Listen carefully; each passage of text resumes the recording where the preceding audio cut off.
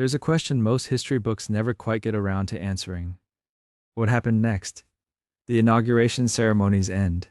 The moving trucks arrive. The new family walks through the front door of the White House, and the old one quietly disappears from the headline. But here's what's surprising. For many of America's first ladies, the years after the White House turned out to be the most revealing chapter of their entire lives.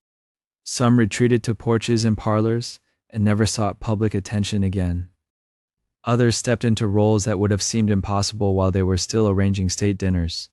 They became authors, reformers, world travelers, fundraisers, careful guardians of their husbands' historical legacies, and occasionally something the country had no good category for yet.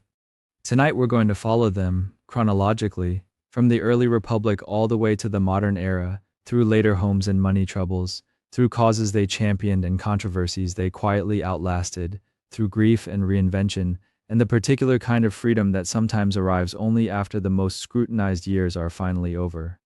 Along the way, we'll note where the historical record is solid, and where a story grew more colorful with each retelling, because both kinds of details tell us something true. If you find this kind of quiet, detailed history useful for winding down, consider subscribing. It genuinely helps more episodes like this one find their way to listeners who want something thoughtful to fall asleep to. Now settle in. We're beginning in the late 18th century, with two women who had absolutely no precedent to guide them, and who shaped everything that came after. When George Washington stepped down from the presidency in March of 1797, nobody in the world quite knew what that moment meant. No president had ever voluntarily left office before. There was no template, no handbook, no precedent, in the modern sense for what a retired head of state was supposed to do with himself, let alone what his wife was supposed to do. Martha Washington had spent 8 years navigating the social demands of a brand new nation, still figuring out what kind of republic it wanted to be. And now she was going home to a plantation on the Potomac that had been largely running without her close attention for nearly a decade. The return to Mount Vernon in 1797 was, by every account we have, a genuine relief to her. Martha was 65 years old. She had never wanted the public life in the first place. She had written to a friend early in Washington's presidency, describing herself as a kind of state prisoner, someone whose movements were watched and whose time was never entirely her own. The farm, the family, the rhythms of a household she understood completely, those things were what she had missed. What followed was not exactly retirement in any modern sense. Mount Vernon was a working plantation, and Martha Washington was its operational center. She managed household accounts, received an enormous volume of visitors, maintained correspondence, and kept the social obligations that came with being the wife of the most famous man in America. George Washington was a celebrity even in his final years, and strangers made pilgrimages to Mount Vernon the way people visit historic sites today. Martha was part of what they came to see, which meant her so-called quiet retirement was still a public performance of a kind. Then, in December of 1799, George Washington died after a sudden illness that progressed with alarming speed over roughly 2 days. He was 67. Martha was in the room when he died. By most accounts, she received the news with extraordinary composure, or at least something that looked like composure from the outside, which in that era was about as much as any record was likely to capture. What happened after his death is where Martha Washington's later life becomes genuinely interesting from a historical standpoint, and also where the documentary record gets complicated in a very specific way. Shortly after George Washington died, Martha burned the vast majority of their private correspondence. Nearly every letter the two of them had exchanged over decades of marriage went into the fire. What survived were a handful of letters that had apparently been kept elsewhere or overlooked. The reason she burned them is not something she explained in any surviving document. Historians have spent considerable time speculating. Some believe she simply wanted privacy, that the letters belonged to the two of them, and she saw no reason for strangers to read them after both were gone. Others suggest she was protecting George's reputation, or her own, or both. Some letters that did survive suggest the correspondence was deeply personal, affectionate in ways that might have surprised a public that preferred its founders to seem almost mythological.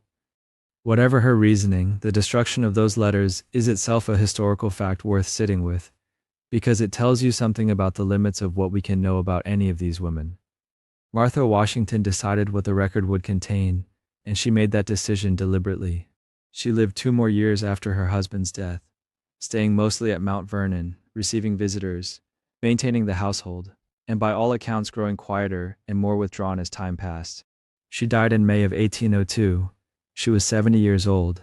In her will, she freed the enslaved people over whom she had legal control, which was a smaller portion of Mount Vernon's enslaved population than is sometimes assumed, due to the complicated legal arrangements governing the Washington estate.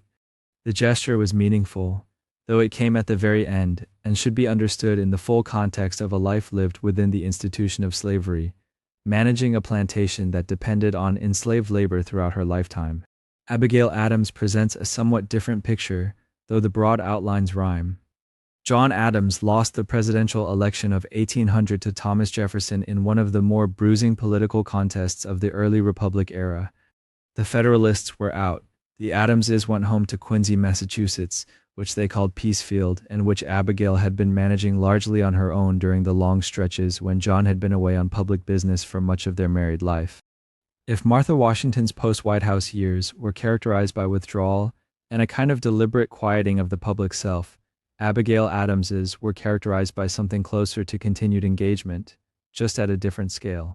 Abigail was not a woman who stopped thinking about politics when the politics stopped happening directly around her. She read newspapers voraciously. She maintained an enormous correspondence with family members, friends, and occasionally figures of public consequence. Her letters from the Quincy years are among the most valuable documents historians have for understanding how a politically sophisticated woman of the early republic processed the changes happening around her. She had opinions about the Jefferson administration. She had opinions about the War of 1812. She had opinions about her son John Quincy Adams's rising political career, and those opinions were not confined to private thought. The Adams family operated in some ways as a kind of intellectual network, and Abigail was a central node in that network well into her old age. Her letters to her son John Quincy during his diplomatic postings and later his political career show a woman who was still reading, still analyzing, still shaping how the people around her thought about the world. There is a famous and well-documented episode in which Abigail resumed correspondence with Thomas Jefferson after years of bitter estrangement, initiating contact in 1804 after the death of their daughter Nabby, and then again more permanently after John and Jefferson reconciled in 1812. Her letters to Jefferson are sharp and warm in equal measure, revealing a mind that had lost none of its edge in retirement. Jefferson appears to have found her formidable. The feeling seems to have been mutual. Her health declined significantly in her later years. She dealt with recurring illness, and the Quincy winters were hard. John Adams, who would outlive her by 8 years, was himself increasingly frail. They were an old couple in a large house with a complicated shared history and an extraordinary amount of accumulated experience between them. By most accounts, those final years at Peacefield were among the happier ones they had spent together, precisely because the demands of public life had finally receded enough to let them simply be in the same place at the same time. Abigail Adams died in October of 1818 of typhoid fever. She was 73. John Adams reportedly said that he had lost the only person who could have comforted him in the situation he now faced, which was the kind of unsentimental expression of grief that felt very Adams. What is striking about both Martha Washington and Abigail Adams, when you look at their later lives together, is that they were doing something genuinely new. There was no model for what an ex-first lady was. The concept barely existed. Martha approached the problem by turning inward, by protecting privacy, by presiding over the domestic world with dignity and efficiency, and a firm hand on what the public record would ultimately contain. Abigail approached it by turning outward in a quieter register, by staying intellectually alive and politically aware, by treating correspondence as a form of continued participation in the national conversation. Neither of them had a title. Neither of them had an office or a formal role. Neither had a foundation or a book deal or a speaking tour. What they had was the immense weight of association with the founding of the country and the question of what to do with that weight once the most visible chapter was over. The answers they gave were different from each other, and neither answer was perfect, and both were shaped by the particular constraints of their era, by the expectation that women of their class and time would express consequence through household management and family loyalty, rather than through any form of direct public action. But within those constraints, Both women exercised real choices and left real marks. Martha Washington decided what history would not know about her marriage. Abigail Adams decided that the thinking didn't have to stop just because the official roles did. Between them, they sketched the rough outlines of something that every first lady who came after them would have to navigate in her own way, which is the question of who you are once the presidency is over, and what that particular kind of life is supposed to look like, and whether anyone outside your family is really entitled to an answer. The women who followed them would grapple with that question under very different circumstances, with more money or less, with more public expectation, or the particular freedom of being largely forgotten. But the question itself was first lived out on a Virginia plantation and in a Massachusetts farmhouse by two women who were, in every sense, inventing it as they went. By the time Dolley Madison left the White House in 1817, the role she had defined looked very different from what Martha Washington or Abigail Adams had experienced. James Madison's presidency had been dominated by the War of 1812, a conflict that saw the Capitol invaded and the president's house literally burned. In the middle of that chaos, Dolley became famous in her own right. The story most people know, the one about her staying long enough during the British advance to arrange the rescue of Gilbert Stuart's full-length portrait of George Washington, has been retold so many times that it feels half legend. The basic outline is supported by contemporary accounts. Dolley supervising the packing of important papers, refusing to leave until she had confirmation the painting was secured, then fleeing as British troops closed in. She didn't personally pull the canvas from the frame, as later illustrations like to imagine, but she was the one who insisted it not be left behind. The image stuck. The graceful hostess who had presided over glittering receptions suddenly became the woman who saved Washington's face from British flames. Her social skill was not decoration. During Madison's years in office, Dolley used dinners, levees, and informal gatherings as a kind of unofficial political machinery. She brought Federalists and Democratic Republicans into the same rooms. She made sure widowed politicians and shy diplomats had someone to talk to. Foreign visitors marveled at her ability to remember names, smooth ruffled feelings, and make rival factions feel briefly part of the same conversation. In a capital that was still half-built and often muddy, she gave people a reason to come and to keep coming. Then, as always with this story, the presidency ended. In March 1817, James Madison's term was over, and the Madisons went home to Montpelier, their plantation in Orange County, Virginia. On paper, this should have been a triumphant retreat, a former president, a legendary first lady, returning to a substantial estate in the Virginia Piedmont. In reality, the numbers did not cooperate. Montpelier was land-rich and cash-poor, the classic profile of a Virginia plantation in that era. Enslaved laborers worked the fields and the house. Income depended on crops and credit, both of which were unstable. On top of that, James Madison had spent much of his career in public service rather than in profit-making ventures. His pay as congressman, Secretary of State, president, none of it had set him up with the kind of secure fortune that would keep pace with the costs of maintaining a large estate and a large extended family. Dolley brought her own financial complications into the marriage. Her first husband, John Todd, had died in the yellow fever epidemic in Philadelphia in 1793, leaving her a widow with a young son, John Payne Todd, often called Payne. She and Madison had married in 1794, and Madison effectively stepped into a paternal role. As Payne grew older, that decision became one of the great strains of their later life. Payne developed a documented pattern of gambling, heavy drinking, and unreliability. He accumulated debts that had to be paid, or at least managed, and his mother, who loved him intensely, rarely found it easy to say no. The Madisons mortgaged land, borrowed money from friends, and juggled obligations. James Madison wrote carefully worded letters to creditors. Dolley tried to keep her son afloat. The glamour of the famous hostess was gradually replaced, at least behind the scenes, by the arithmetic of bills due and assets that could be sold. Montpelier itself was both refuge and burden. Dolley oversaw the household, the entertaining of occasional guests who made the journey to visit a former president, and the daily logistics of a large operation. Retirement did not mean a quiet cottage with a small garden. It meant supervising enslaved workers, managing supplies, worrying about harvests, and watching the balance between appearances and accounts grow more fragile. James Madison's health declined in the 1830s. He died in June of 1836 at Montpelier, at the age of 85. Dolley was now a widow of national renown, with a troubled adult son, a heavily encumbered estate, and very little liquid income. What she did next was unusual for a woman of her generation and status. Rather than simply shrinking her life to the farm, she moved back to Washington. In 1837, Dolley took up residence in a brick house on Lafayette Square, directly across from the White House. Former presidents had retired quietly away from the Capitol. Former first ladies had retreated to private life. Dolley did the opposite. She placed herself in the center of the political and social world she knew best. Washington in the 1830s and 1840s had changed since Madison's day, but it remembered her. The city received her as a kind of living national monument. Members of Congress, foreign envoys, and younger politicians who had only heard about her in childhood stories came to call. Presidents invited her to public events.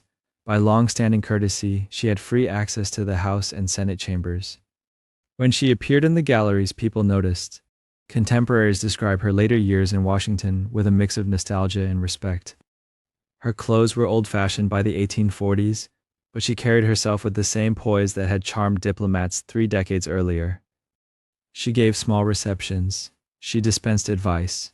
She served as a bridge between generations, the woman who had known Jefferson, Hamilton, and Madison, and now chatted amiably with Henry Clay and younger figures rising in the new party system. Beneath that semi-public role, the financial situation remained precarious. Montpelier had to be sold in 1844 to help pay debts. Dolley's personal funds were limited.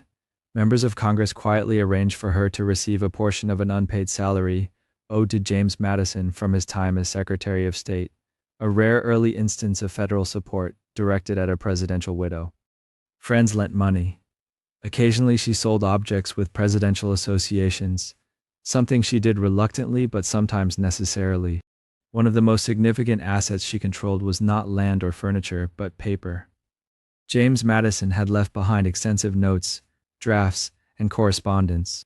Among the most important were his notes from the Constitutional Convention of 1787, a detailed record of debates that no one else had preserved in quite the same way. Madison had spent years revising those notes, thinking carefully about when and how they should be published. He had hoped they would secure both his version of the constitutional story and some financial support for his heirs. After his death, the responsibility for turning those papers into money fell largely to Dolley. Negotiations took time. Eventually, in 1837, she sold a substantial portion of Madison's papers to the federal government. The price most often cited by historians is around $30,000, a significant sum for the era, though not a cure-all for her obligations, especially given the scale of estate debts and her son's continued instability. The sale mattered in 2 directions. For Dolley, it was a way to convert her husband's intellectual labor into something that could be used to keep her afloat. For the nation, it meant that Madison's version of the Constitutional Convention and other key events would be preserved and, in time, published. When those notes finally appeared in print, they had a major influence on how later generations understood the framing of the Constitution and Madison's role in it. The decision to sell the papers and to whom helped fix his place in the story. Dolley did not, as Martha Washington had, burn the evidence of a marriage. She curated, negotiated, and transferred it. She tried to honor Madison's wishes while also making practical choices under pressure. In doing so, she shaped both a legacy and a revenue stream. Her own reputation, too, was something she tended carefully in these years. She allowed a degree of public access to herself, the open house callers, the formal acknowledgments at receptions, while keeping some private grief and anxiety out of sight. Letters from friends mention her worries over pain, her disappointments when he relapsed into old habits, her quiet endurance in the face of constant strain. The city adored the symbol of Dolley Madison. The woman behind the symbol kept her accounts and her sorrows largely in the background. She lived long enough to see another war with Britain become distant memory, to watch new states join the Union, to see the next generation of political conflicts brewing. She died in Washington in July of 1849, in her 80s, after more than a decade of this second public career. What makes Dolley Madison's post-White House life stand out is the way it undercuts the simple image of the retired grande dame living out her days in a peaceful Virginia drawing room. The woman who had dazzled the Capitol as First Lady did not simply close the door and disappear. She re-entered the city as a kind of unofficial national aunt, receiving visitors in a modest townhouse, smiling for the public and quietly selling land and papers to keep ahead of creditors. Hospitality, which had once been an instrument of political influence, became a sort of social currency she could still spend when the financial kind was running low. The glamour of the wartime heroine coexisted with the ledgers of a widow trying to balance income and outgo. The famous salvager of a portrait became, in her later years, the seller of a different kind of national treasure, the pages on which a president had recorded the making of a constitution. It was not the quiet withdrawal that Martha Washington chose, nor the letter-fueled intellectual life Abigail Adams maintained from a family home. It was something new again, a semi-public reinvention built on memory, manners, and the very practical work of turning history into a way to survive. By the time Sarah Childress Polk and Julia Gardner Tyler reached the ends of their White House years, the country itself was sliding toward a crisis that would shape everything about their retirements. Their husbands' presidencies marked different points on that path. James K. Polk, elected in 1844, presided over a burst of expansion, the annexation of Texas, the Oregon boundary settlement with Britain, and the Mexican-American War. New territory brought new arguments about slavery. Polk served a single term by choice and left office in March 1849, exhausted and ill. He died just 3 months later, at 53, in their Nashville home. John Tyler had come to the presidency a few years earlier, in 1841, when William Henry Harrison died after only a month in office. Tyler, a Virginian, had been put on the Whig ticket largely to balance it, and quickly alienated his party. He finished Harrison's term as a president without a firm base, vetoing Whig legislation, clashing with Congress, and ultimately drifting closer to Southern Democrats. When he left office in 1845, he returned to Virginia carrying both the dignity of the presidency and the experience of political isolation. Sarah Polk and Julia Tyler, who had briefly overlapped in Washington, would each spend decades as presidential widows in a South that moved from Union to Confederacy to Reconstruction and beyond. Their post-White House lives turned on questions of home, memory, and how much of themselves they were willing to place in public view. Sarah Polk was 45 when her husband died in June 1849. They had no children. Their Nashville house, known as Polk Place, became her world and her stage. Polk Place sat just off the main street of a growing Tennessee city. The house itself was comfortable but not palatial, and Sarah treated it as both shrine and headquarters. James K. Polk had been a work-obsessed president. He kept a diary, tracked his achievements, and had promised to serve only one term. After his death, Sarah took that sense of order and applied it to his memory. She wore mourning black for the rest of her life, a choice that contemporaries noticed and commented on. It was an outward sign of widowhood, but also a deliberate piece of image-making. Visitors encountered not just Mrs. Polk, but Mrs. James K. Polk, the widow of the president, a figure fixed in time. Inside Polk Place, she curated her husband's world. Portraits, furniture from their Washington years, his books and personal effects were arranged and preserved. She controlled access carefully. Politicians, admirers, and curious travelers came to pay their respects. She received them in a formal parlor, spoke of her husband's administration, and let them see just enough of the preserved rooms to feel they had stepped near history. This selective sociability became her specialty. She was known in Nashville for her hospitality, but it was never unguarded. She hosted Sunday evening gatherings that brought together local clergy, politicians, and visitors, with conversation kept within certain bounds. She was generous to churches and charities, particularly in the city around her, but she chose her causes and public mentions with care. When the 1850s sharpened sectional tensions, Polk Place remained pointedly dignified. Tennessee itself was divided in sympathy. Sarah came from a slaveholding, Union border region, and she had lived in Washington as First Lady of a Democratic administration that had overseen a major war and the admission of new slave and free states. During the secession crisis and the Civil War, she kept her public language restrained. Accounts from the time, emphasize her neutrality in official statements. Privately, she had family ties and social sympathies in the Southern elite. Publicly, Polk Place became a kind of respected ground. Officers and political figures from both sides called on her when circumstances allowed. Union generals in occupied Nashville reportedly treated the Polk home with deference. Confederate visitors, when they could, did the same. The House's association with a past Democratic president gave it a symbolic weight that people hesitated to disturb.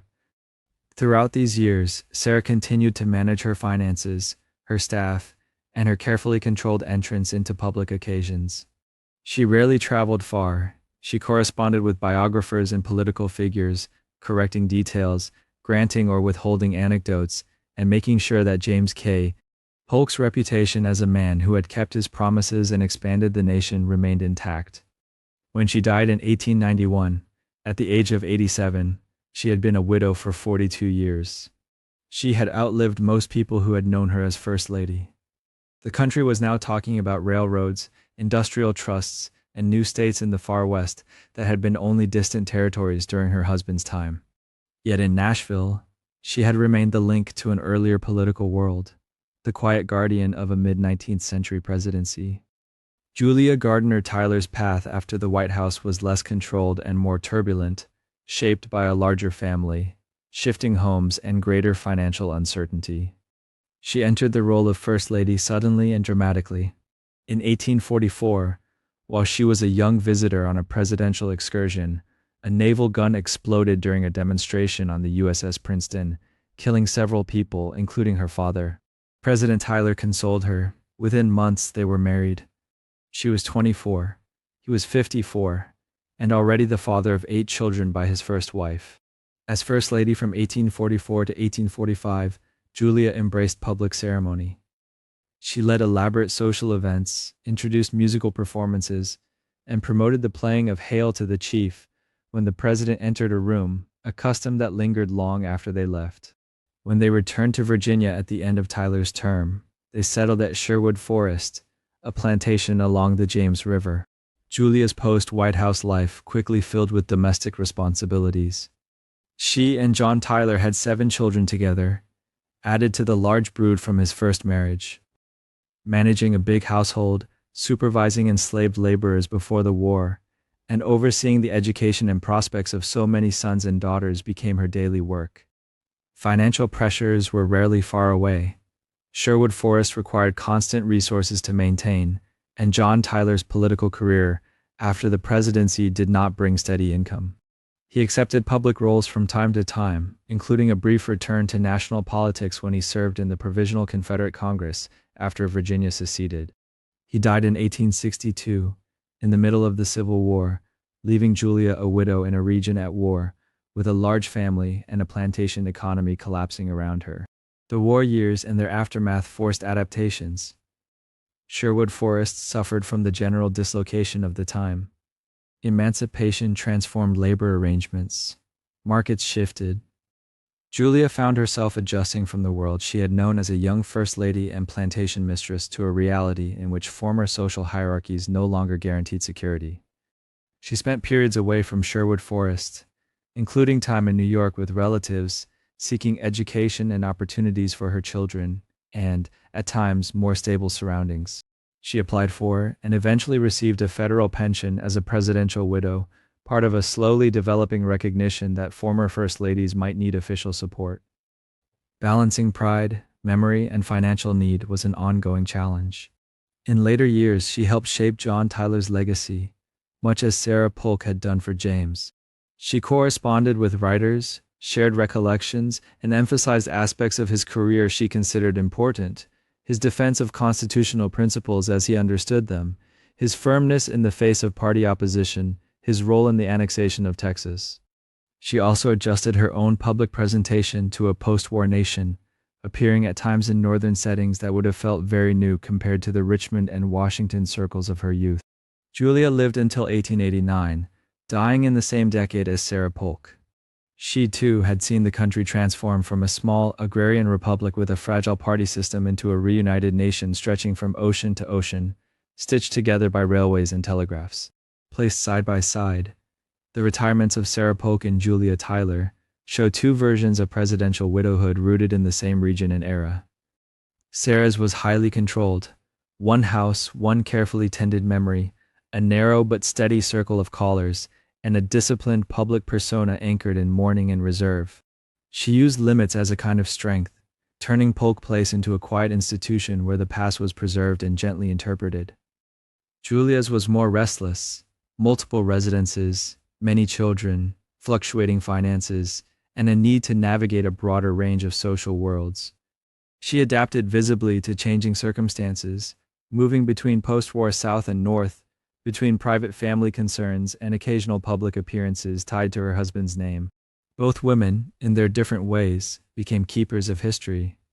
They answered questions from younger generations who could scarcely remember that a president named Tyler had once governed, or that a president named Polk had overseen a war with Mexico and the acquisition of Western lands. They carried forward memories of cabinet meetings, diplomatic receptions, and political storms that had long since passed. At the same time, both bore the burdens that came with being remembered chiefly as someone's widow. Financial responsibility rested on them in ways the early republic had not anticipated.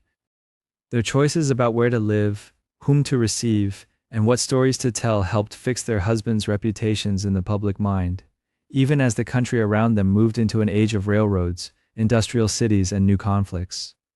Their long retirements, stretching across much of the 19th century, remind us that the life of a first lady does not end with the last official reception. For Sarah Polk and Julia Tyler, the years after the White House were about managing homes under pressure, guarding memories, and finding a place in a changing nation while always being seen first and foremost as the widows of presidents from another time. When Mary Todd Lincoln left the White House, she did not walk out of a completed story. She stepped out of a murder scene. Abraham Lincoln's presidency had unfolded under the pressure of civil war from 1861 to 1865.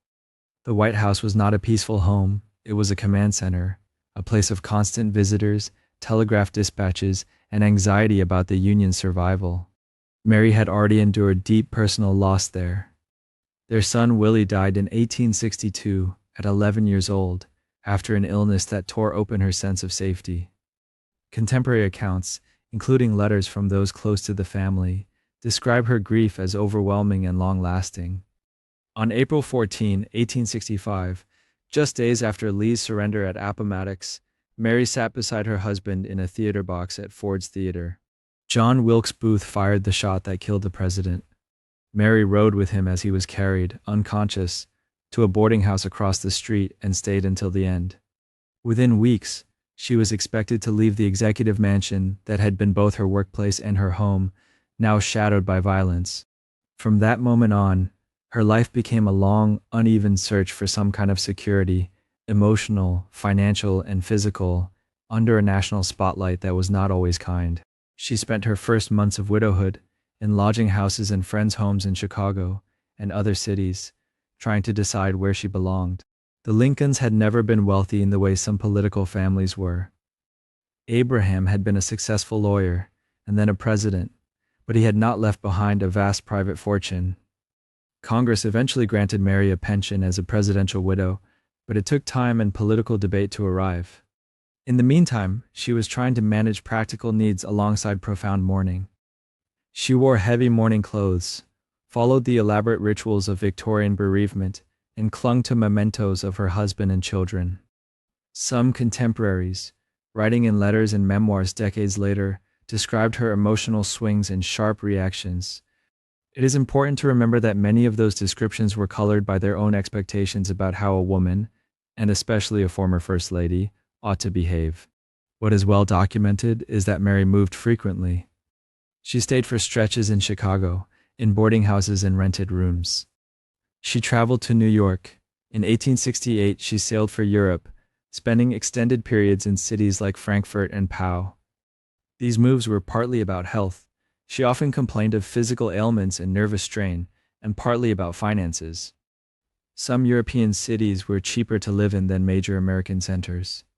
They also offered, at least for a time, a degree of anonymity she could not easily find at home. Money remained a constant worry. Mary liked fine clothing and furnishings. That preference predated the White House years. As First Lady, she had overspent the budget for refurbishing the executive mansion and had quietly tried to manage those debts. After Lincoln's death, those habits collided with reduced means and with a public intensely interested in anything she did. In 1867, she secretly arranged for agents to sell some of her clothing and personal items in New York, hoping to pay debts and secure extra funds. When the press discovered it, newspapers treated the sale as scandalous. Headlines and editorials mocked the idea of a presidential widow selling her dresses. Some critics portrayed her as greedy or frivolous. The surviving documents suggest a more complicated picture, a woman under real financial strain, with limited socially acceptable ways to earn money, trying to convert possessions into cash while maintaining some dignity. Later, she petitioned Congress for an increase in her pension. That too drew mixed reactions. Some members and commentators thought it unseemly for a former First Lady to press for more public funds. Others argued she deserved support as the widow of a president who had preserved the Union. The eventual pension increases were modest by modern standards, but they represented important, if reluctant, recognition that widows of presidents might need ongoing assistance. Throughout these years, observers also commented on Mary's mental and emotional state. She suffered from what we would now call symptoms of trauma and depression, intense mourning, fears about money and safety, and episodes that looked erratic to those around her. Some anecdotes about bizarre behavior circulated in the press and in later reminiscences. Not all of them can be verified. Historians who have examined her letters and medical records caution that hostile caricature and political gossip blended with genuine concern. The most painful and well-documented episode came in 1875. By then, Mary was living in Chicago again. Her surviving son, Robert Todd Lincoln, worried about her judgment, especially when it came to money.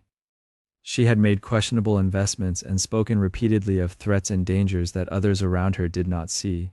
Convinced she could no longer manage her own affairs safely, he agreed to legal proceedings to determine her sanity. The trial ended with a jury declaring her insane. Robert was appointed her guardian.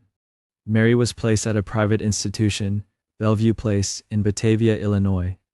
Contemporary records show that the doctors there treated her more gently than some 19th century asylums did, but for Mary, the confinement was devastating. She believed she had been betrayed by her own son. She wrote letters protesting her treatment and insisting on her capacity to manage her life. Within months, friends and sympathizers began to question the necessity of her confinement. She was eventually released into the care of a sister, not returned to Bellevue, and in 1876 she obtained a legal restoration of her rights. The proceedings that first confined her and then restored her have been debated ever since. Some modern scholars see signs that she genuinely struggled with serious mental illness, perhaps compounded by untreated physical conditions. Others point to the legal standards of the time, which allowed men, including relatives, considerable power over women's property and freedom. What is clear is that the experience left deep wounds in an already fragile family. Mary never fully reconciled with Robert. She returned to Europe for a time and then spent her final years mostly in Springfield, Illinois, living with another sister. She died there in 1882 at 63, not far from the tomb where Abraham and their sons were buried. Mary Todd Lincoln's later life is one of the most intricate and often misunderstood stories in the history of First Ladies. She lived through the death of 3 sons, the assassination of her husband, repeated financial precarity, and public scrutiny that could be harsh and personal. Some descriptions of her have been exaggerated into caricature: the mad widow, the spendthrift, the unstable figure always on the edge of scandal. Other accounts attempt to smooth away the very real difficulties she encountered. A careful reading of the surviving letters, legal documents, and contemporary reports suggests something quieter and more human: a woman of strong temperament and sensitive nerves, raised in a politically divided Kentucky family, thrust into the center of a civil war, and then left alone in middle age to navigate grief and practical survival in a country that celebrated her husband while often misunderstanding her. Telling her story gently means holding all of those pieces together. She was neither simply a tragic victim, nor just the sum of her worst days. She was a presidential widow trying, over and over, to find a place to rest, on different continents, in rented rooms and family houses, while carrying memories that never really let her sleep. When Julia Dent Grant left the White House in 1877, she stepped out as one of the most recognizable women in the country. Her husband, Ulysses S. Grant, had led the Union armies to victory in the Civil War, and then served 2 terms as president from 1869 to 1877. His administrations were marked by Reconstruction politics, economic expansion, and a series of scandals involving some of his appointees. Julia, however, was remembered less for policy and more for presence. Visitors described her as warm, sociable, fond of receptions and late-night conversations. She enjoyed the role of hostess, liked fine gowns and glittering company, and saw no contradiction between domestic life and public sociability. Lucy Webb Hayes left Washington only a few years later, in 1881, with a very different public reputation. Her husband, Rutherford B. Hayes, had become president after the contested election of 1876 and served a single term from 1877 to 1881. His administration oversaw the end of formal Reconstruction in the South and emphasized civil service reform. Lucy became nationally known as Lemonade Lucy, the First Lady who, with her husband's approval, did not serve alcohol at White House functions. Whether every detail of that nickname is accurate is debated by historians, but the association stuck. She was linked in the public mind with temperance, moral reform, and conscientious domestic virtue. 2 women, 2 presidencies close in time, carrying different images with them as they closed the door of the executive mansion. For Julia Grant, the years after 1877 did not mean retreat. They meant movement. Almost as soon as the administration ended, the Grants set out on what became a famous world tour. From 1877 to 1879, they traveled through Europe, the Middle East, and Asia. They met Queen Victoria in Britain, were honored in Berlin, visited Cairo and Jerusalem, and sailed to Japan and China. Newspapers followed their route. Local dignitaries greeted them as honored guests. Julia relished the dinners, the speeches, the feeling that she and her husband were, in some sense, representatives of the United States even without official titles. Letters and recollections from the trip show her delight in the variety of places and people. She commented on landscapes, on the fashions of foreign courts, on the warmth of receptions they received from former adversaries in the Civil War. The world tour extended the social rhythm of her Washington years. Instead of cabinet wives and congressmen, there were princes, merchants, and expatriate Americans. The hospitality she had once managed inside the White House now unfolded in hotels, steamships, and borrowed drawing rooms. Those busy outward-facing years had a quieter undercurrent. The Grants' finances had never been as limitless as some observers assumed.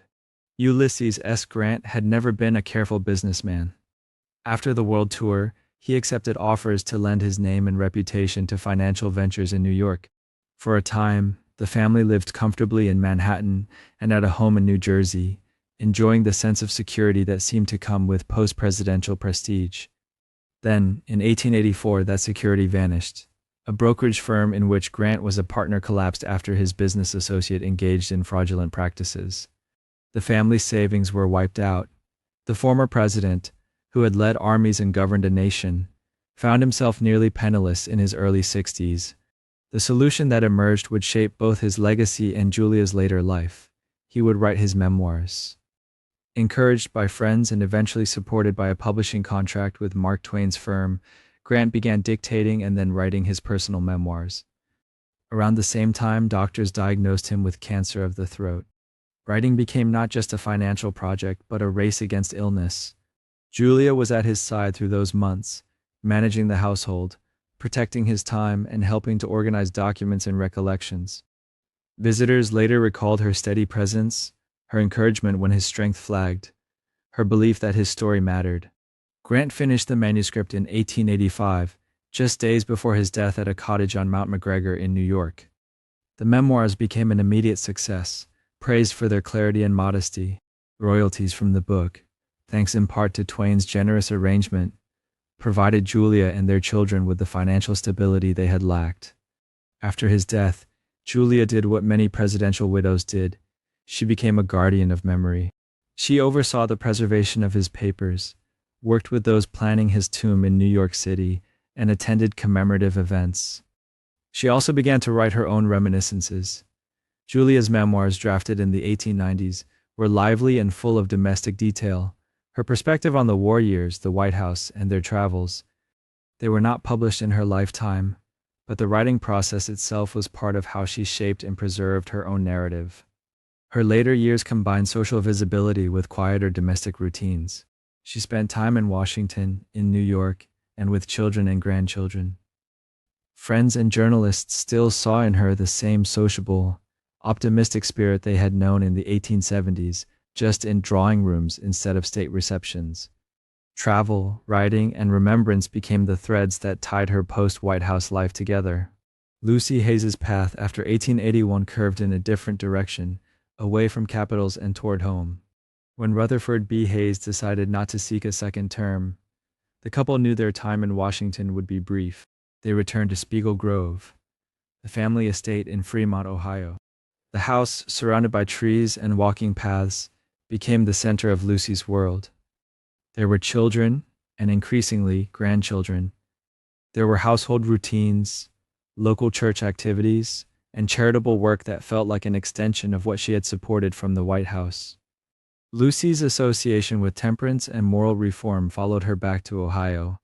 She continued to support organizations that promoted sobriety, education, and missionary work. Visitors who came to Spiegel Grove sometimes remarked on the atmosphere of orderly hospitality, simple meals, music in the evenings, conversations that steered toward faith, duty, and public service. She did not write a full-scale memoir, but her letters and the recollections of those around her preserved the image of a woman whose public identity and private habits were closely aligned. Her health was not always robust, and she did not undertake the sort of globe-circling journeys that filled Julia Grant's later years. Yet travel still appeared in her life in smaller, steadier ways. Visits to relatives, trips to attend veterans' reunions with her husband, occasional journeys to church gatherings. Wherever she went, the reputation of Mrs. Hayes as a symbol of domestic virtue and reform followed, gently but persistently. Lucy died in 1889 at 57 at Spiegel Grove. Hayes, who outlived her by several years, helped maintain her image in public memory. In their case, it was the surviving husband who took on part of the remembering work, but the substance was similar. Letters preserved, stories told, a household kept as a place where the past could be recalled. Looking at Julia Grant and Lucy Hayes side by side, patterns emerge. Both left the White House with clearly defined public identities, Julia as the genial, sociable hostess, Lucy as the temperate, morally serious domestic guide. Both moved into widowhood carrying those reputations with them. Julia's later life leaned into travel, memoirs, and the deliberate construction of her husband's military and presidential legend. Lucy's retirement centered on home, family, and quiet reform, with her image as Lemonade Lucy blending into a broader story of religious conviction and steady principle. In each case, the woman the public thought they knew during the presidency was, in many ways, the same woman they encountered afterward. The stage changed, from East Room receptions to world tours, from formal state dinners to Ohio parlors, but the roles of sociable hostess, moral example, and keeper of memory remained. Travel, writing, and the routines of home offered different paths, but all three became tools for former First Ladies to shape how their own lives, and the lives of the men they had married, would be remembered long after the White House lights went dim. When William McKinley became president in 1897, the country was stepping into a new century and a new sense of itself.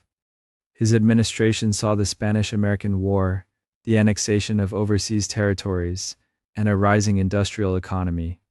In the popular imagination, it was an era of flags, parades, and prosperity. Beside him in the White House was Ida Saxton McKinley, a woman whose public appearances were often carefully managed because of fragile health. She had suffered from epilepsy for years, endured the loss of 2 young daughters, and frequently needed to rest. Yet she was also visibly cherished. People remembered the way President McKinley would sit by her at receptions, keeping her close, placing a handkerchief over her face if a seizure began, never treating her as an embarrassment. Her presence became part of his public image, the attentive husband, the devoted caregiver. The assassination in September 1901 at Buffalo ended his presidency abruptly and left Ida a widow at 54. She returned, not to a bustling social circuit, but to Canton, Ohio, to the familiar orbit of family and home. In Canton, Ida's world narrowed by choice and necessity. She moved into the house of her sister and brother-in-law. Relatives and attendants helped manage her care. She had never been robust. Grief layered itself onto an already delicate constitution. Contemporary accounts speak of a routine that revolved around drives through town, crochet work, and receiving a small circle of visitors. She made afghans and lace, sending some pieces to friends, church bazaars, and charitable efforts. Quiet handiwork took the place of public receptions. Her connection to her husband's memory remained strong. She visited his temporary resting place, and later the great McKinley Monument in Canton when her strength permitted. The monument, completed in 1907, rose above the town on a grassy hill, a visible marker of national loss planted in the landscape of her daily life. She could see, in stone and steps, how much of the country remembered him, even as she withdrew from its wider gaze. Newspapers still mentioned her from time to time, often in gentle, respectful tones. Reports focused on her health, on anniversaries of the assassination, on her continued devotion to McKinley's memory. There was little talk of public campaigns or large projects. Her role after 1901 was not that of a politically active widow or a traveling symbol. It was more private, a woman living with chronic illness and bereavement, supported by kin, moving through a reduced but carefully tended circle of routines. She died in 1907, only 6 years after her husband, and was buried beside him. Her post-White House life had been brief and quiet, shaped almost entirely by the limits of her body and the weight of loss. Where some former First Ladies stepped into new public causes, Ida McKinley's retirement was, in effect, an extended convalescence with memory and modest acts of charity as its main threads. The woman who followed her as First Lady stepped into a very different moment and a very different role. When Theodore Roosevelt became president in 1901 after McKinley's death, he brought with him energy, reform rhetoric, and a love of publicity. His administration, lasting until 1909, pushed antitrust cases, conservation, and a more assertive foreign policy. Americans saw photographs of him on horseback, boxing, hiking, and visiting national parks. It was a vivid presidency, and the White House became, in some ways, an extension of his large personality. Edith Kermit Caro Roosevelt, his second wife, approached that visibility with care. She reorganized the executive mansion, oversaw the creation of the West Wing, and managed a lively household of children and stepchildren. But she preferred order to spectacle. She limited press access to the private family quarters, restricted photographers, and worked to draw a line between public duty and domestic life. Those boundaries would carry over into her years after Washington. When Roosevelt left office in 1909, Edith returned with him to Sagamore Hill, their home at Oyster Bay, New York. The shingled house on the hill, with its porches, books, and wide views over the bay, became the center of a far-reaching family network. Children married, grandchildren were born, relatives came and went. Edith presided, supervised, and corresponded. She managed finances, land, and household staff, just as she had earlier managed the rhythms of the White House, only now on ground that felt entirely their own. Public life, for a time, did not disappear. Theodore Roosevelt remained a national figure. There were visitors, letters, and political schemes.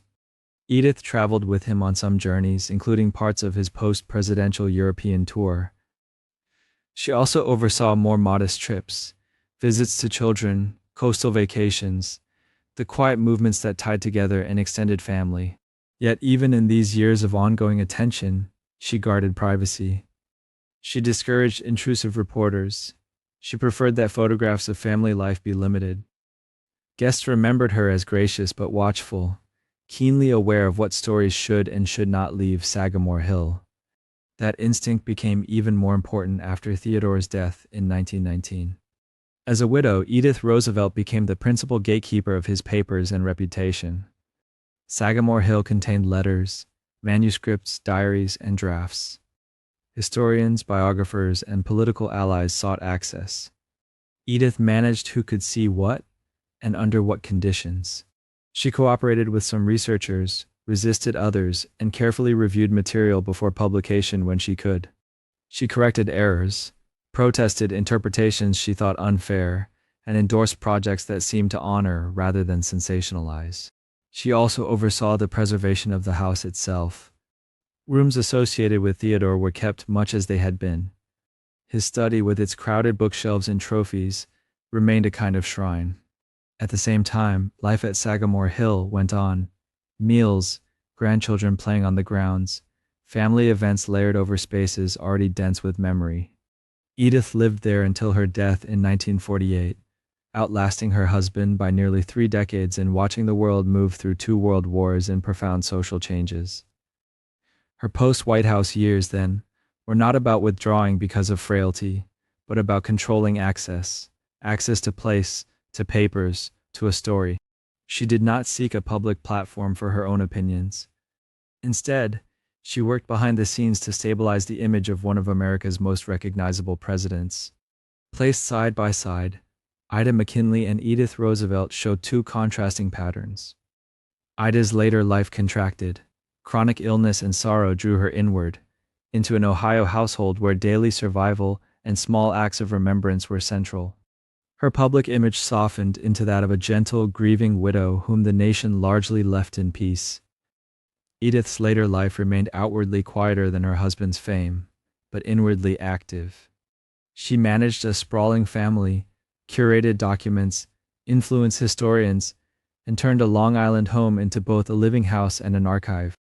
Where Ida's retirement was marked by vulnerability and dependence on others' care, Edith's was marked by discipline, organization, and careful stewardship. Both, in their different ways, remind us that the years after the White House could be as decisive as the years within it. Some former First Ladies used that time to rest from strain, some to protect legacies.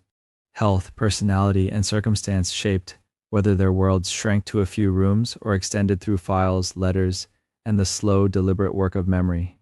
When William Howard Taft entered the White House in 1909, he followed directly after Theodore Roosevelt's highly visible, almost theatrical administration. Taft himself was a judge by temperament, more comfortable with law than with spectacle. His presidency dealt with trust-busting, tariff debates, and the early rumblings of party division that would later split Republicans in 1912.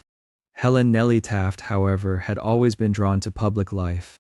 Long before she became First Lady, she had pushed her husband toward higher office. She enjoyed politics, arguments, and the sense of being in the stream of events. She read widely, followed current affairs, and did not hide her opinions. In the White House, she arranged concerts, cultivated friendships across party lines, and took a strong interest in Washington's civic spaces. That energy did not vanish when the Tafts left Washington in 1913, after Taft lost his bid for re-election. It simply shifted locations. They returned to Cincinnati, the city that had anchored much of their earlier lives. For a time, the adjustment was sharp.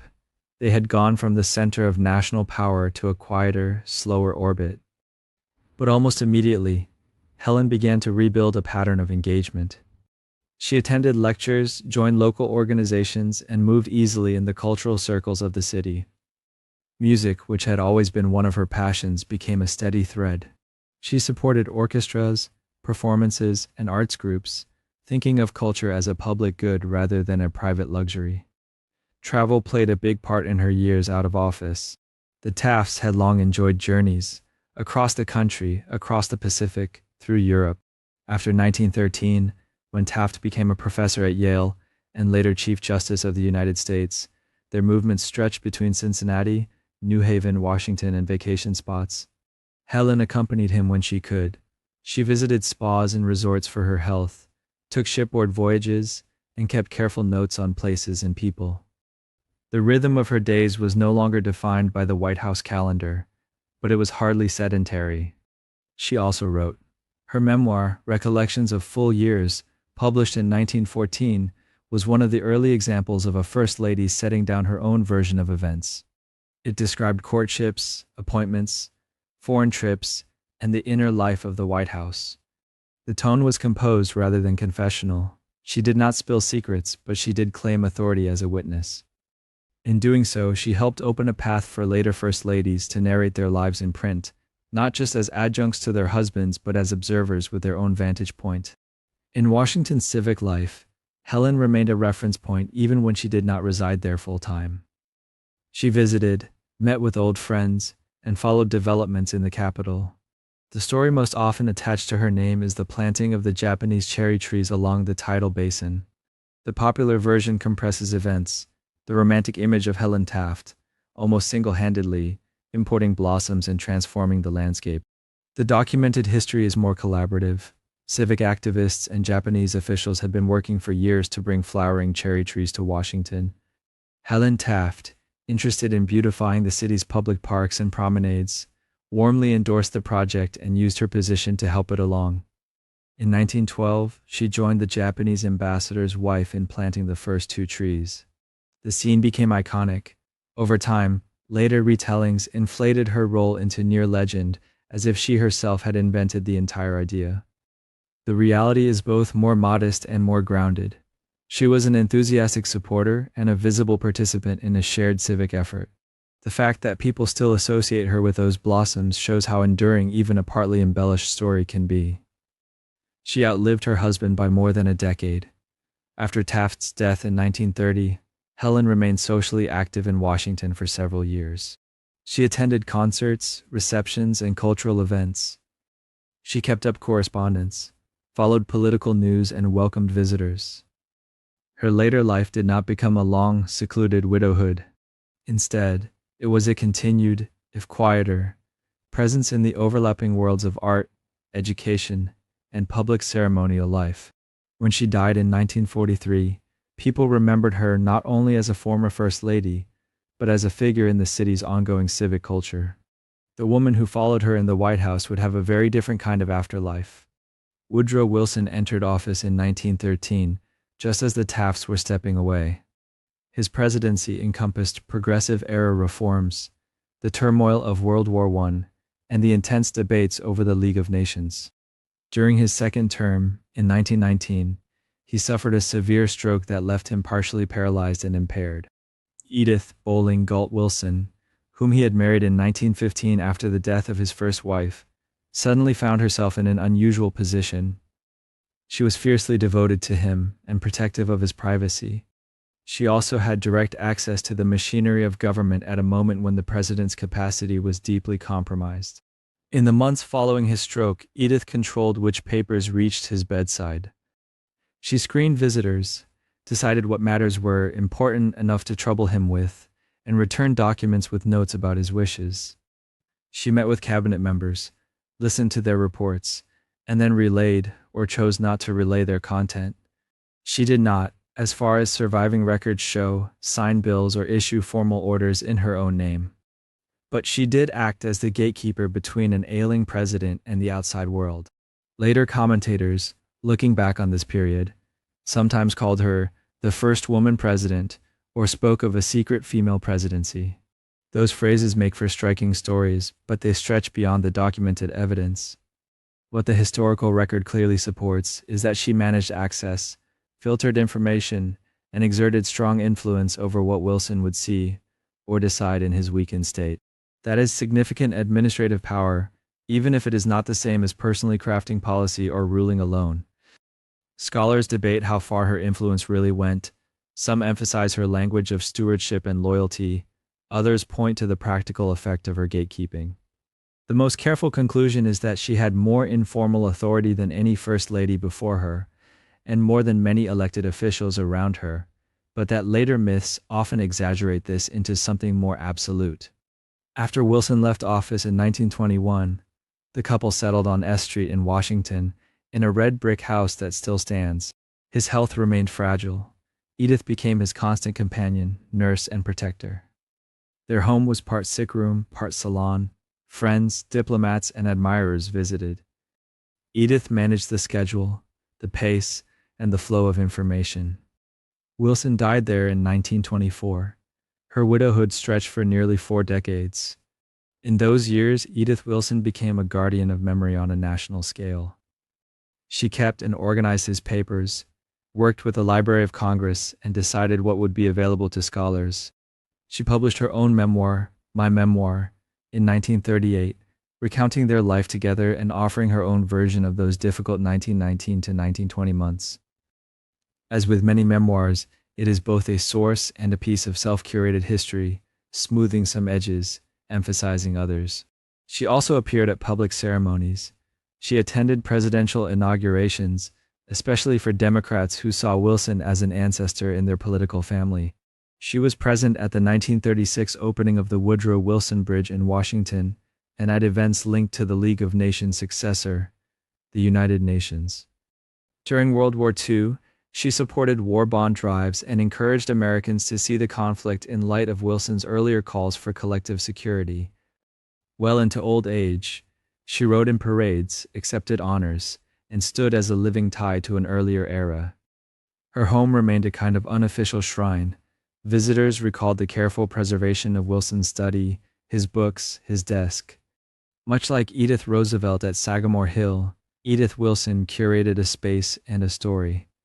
But where Edith Roosevelt worked largely behind the scenes, Edith Wilson did so while still stepping into the public eye.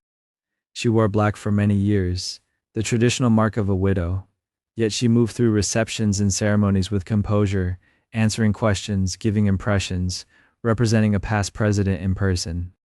The question of how much political power she truly exercised never entirely went away. Biographies, articles, and conversations kept returning to it. Some painted her as a quiet usurper, others as a devoted wife, doing her best under impossible circumstances. The surviving documents, memos, letters, notes show a woman deeply involved in administrative decisions, but they do not fully resolve how often she shaped outcomes versus transmitting her husband's preferences. The ambiguity itself has become part of her legacy.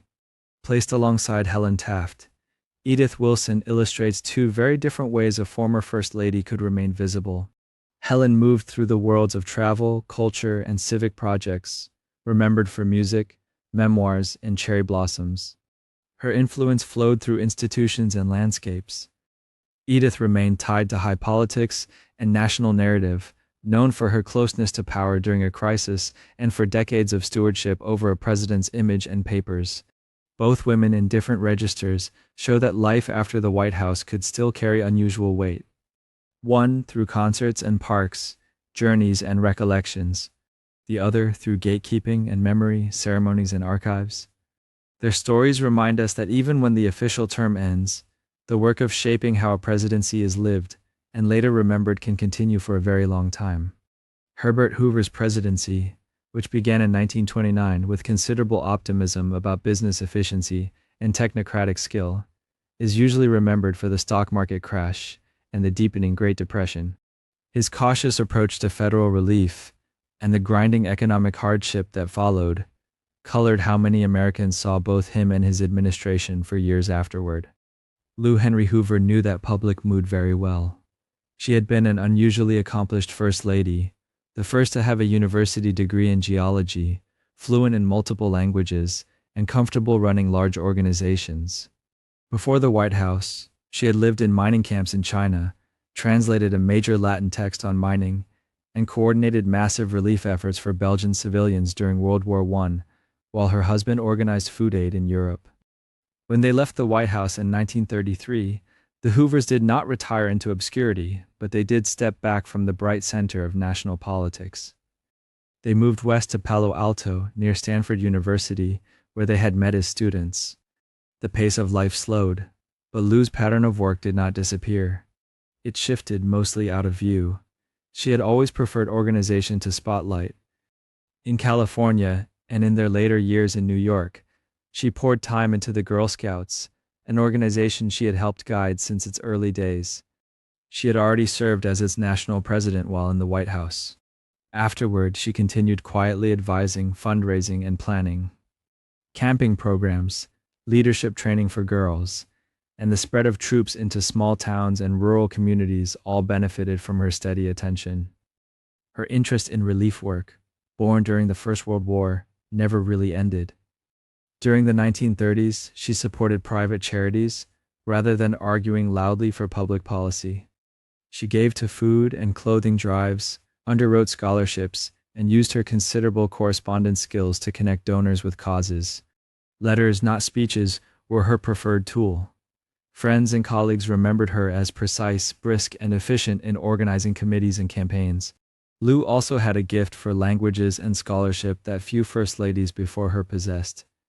Her translation, with a colleague of Agricola's 16th-century work on mining, had been published decades earlier, but she remained active in academic and professional circles related to geology and history. She kept reading in several languages, corresponded with European friends, and followed events abroad closely as tensions rose again in the late 1930s. When World War II came, the Hoovers' earlier reputation for feeding Europe resurfaced. Herbert Hoover chaired relief efforts once more. Lou supported them steadily, though again without seeking the stage. She worked behind the scenes with women's groups, committees, and church networks to gather supplies and funds. Her later life, up to her death in 1944, was a blend of private philanthropy, careful hospitality, and quiet administrative skill. She had been at the center of national attention as First Lady, but her post-White House years show a woman more comfortable as a capable organizer than as an ongoing public symbol. The woman who followed her into the White House would chart almost the opposite course. Eleanor Roosevelt entered the role in 1933 under unusual constraints. Franklin Delano Roosevelt, paralyzed from the waist down by polio, led the country through the New Deal and World War II from a wheelchair rarely shown in public photographs. Eleanor, who had long been active in reform circles, became his eyes and ears on the road. She traveled, inspected relief projects, wrote a daily newspaper column, and held press conferences. When FDR died in April 1945, many assumed her public life would narrow. According to one oft-quoted remark, she reportedly told a friend that her public life was over. If she said it, the prediction did not last long. Almost immediately, invitations began to arrive. She continued her My Day column, wrote books, and accepted speaking engagements across the country. Her style of communication was direct and unadorned, mixing accounts of meetings and travels with small domestic observations.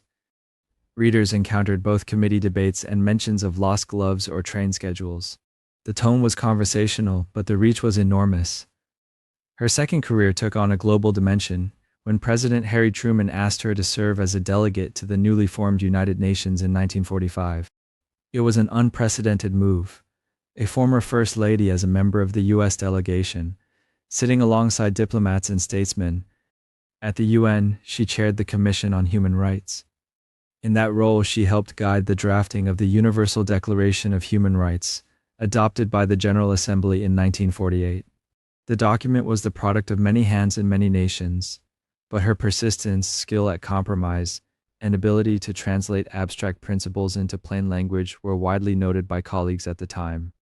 From that point forward, Eleanor Roosevelt's post-White House life became an almost continuous circuit of travel and advocacy. She visited refugee camps, factories, schools, and village councils. She spoke about human rights, social welfare, and the responsibilities of democratic societies. She met with heads of state and with small community groups, often on the same journey.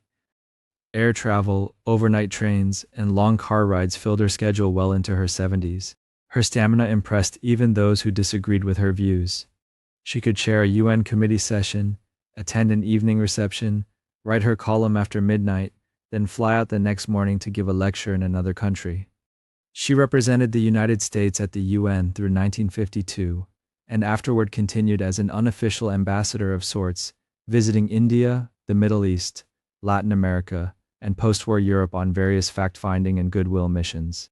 At home, she supported civil rights, labor rights, and youth programs, often by lending her name, her presence, and her pen. She served on boards, advised presidents from both parties informally, and remained a reference point in public debates. Yet even as she occupied this unusually broad platform, she framed much of her work as practical problem-solving rather than ideological combat. She talked about housing, education, hunger, and dignity in terms that invited incremental improvement as much as sweeping change. Placed next to Lou Hoover, Eleanor Roosevelt's later life reveals how wide the range had become for former First Ladies.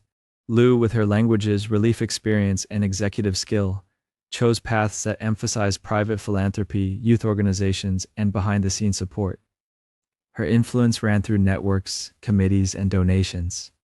Eleanor took many of the same instincts: concern for welfare, interest in international affairs, talent for organization, and projected them outward onto a global stage as columnist, lecturer, and UN delegate. Both continued to serve after the White House. One did so mostly from drawing rooms, offices, and letter desks, the other from conference halls, airfields, and microphones. Together, they marked the moment when the former First Lady's role stretched from quiet, voluntary work into the possibility of a sustained, independent public career, visible not just in the United States but around the world. Harry Truman followed Franklin Roosevelt into the presidency in 1945, guiding the country through the end of World War II, the early Cold War, and the beginning of the nuclear age. Dwight Eisenhower, the former Supreme Allied Commander in Europe, took office in 1953 and presided over a period many Americans remember as stable and prosperous: interstate highways, suburban growth, and televised calm. The post-war culture that formed around those years had very clear expectations for women. Domesticity was celebrated. Magazine covers praised tidy kitchens, well-dressed children, and wives who managed households with cheerful efficiency. First ladies were expected to embody that ideal, then fade gently into retirement once their husbands left office. Bess, Truman, and Mamie Eisenhower seemed, on the surface, to fit that pattern exactly. Their post-White House lives looked ordinary: houses, grandchildren, church, bridge games. But within that ordinariness were complicated marriages, financial worries, shifting public reputations, and the slow, quiet work of living out very long lives after history spotlight had moved on. When Harry Truman left office in January 1953, he and Bess went home to Independence, Missouri, to the modest white frame house on North Delaware Street where she had grown up. It was the same house they had returned to between political campaigns, the same front porch Harry loved. Independence, with its tree-lined streets and familiar neighbors, offered something Harry never quite stopped craving: normalcy. For Bess, it offered privacy. She had always been reserved. In the White House, she held fewer press conferences than her predecessors and rarely gave interviews. Back in Independence, she tightened that circle further. Her days settled into a steady routine, supervising the household, keeping in touch with old friends, visiting her mother in the upstairs rooms she still occupied, watching over her daughter Margaret and, later, her grandchild. Mail poured into the Truman home. Harry answered much of it himself, tapping away at a typewriter downstairs. Bess read selectively. She declined most invitations, avoided memoir projects, and sidestepped efforts to draw her into public debates.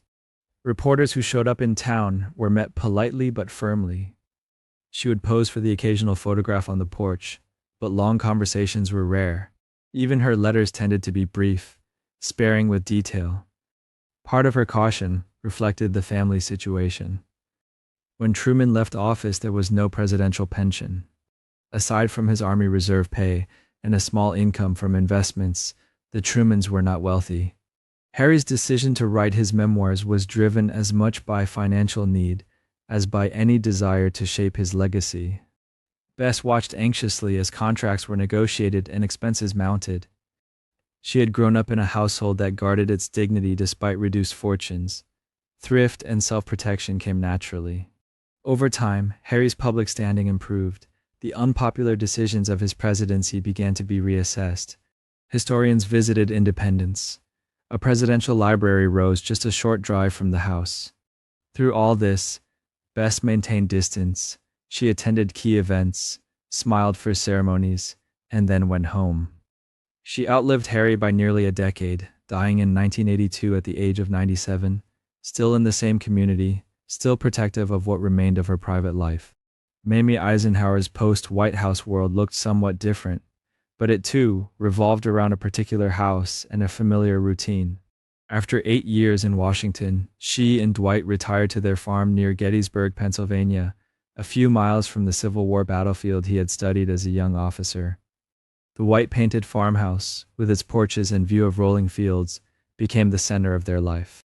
Mamie took pleasure in arranging the interior. She had always had a distinctive taste: pink bathrooms, carefully chosen china, a fondness for small decorative objects arranged just so.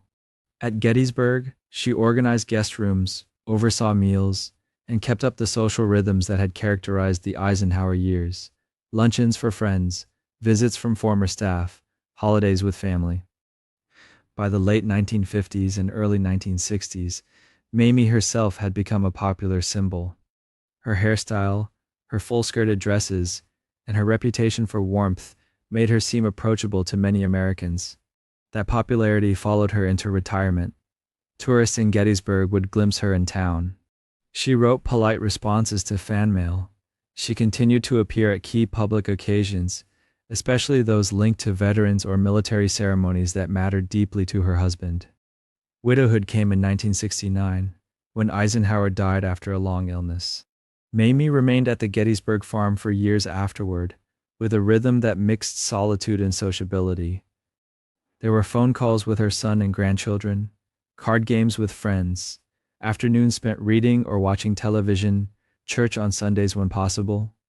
Health problems gradually reduced her travel, but her name still carried a kind of mid-century comfort. In public memory, she was the smiling hostess of the 1950s, a steady presence in an era many people remembered as simpler than it truly was. By the time she died in 1979, Mamie had been a nationally known figure for more than a quarter century. Bess Truman had been known even longer. Both women lived well into old age, long enough to see the country pass from the world of ration books and victory gardens into the age of space travel and color television. Yet their own daily landscapes remained narrow: familiar streets, family visits, the ticking of clocks in well-worn rooms. They became, in memory, emblems of domestic steadiness, one in a White House on a Missouri corner, the other in a farmhouse looking out over Pennsylvania fields.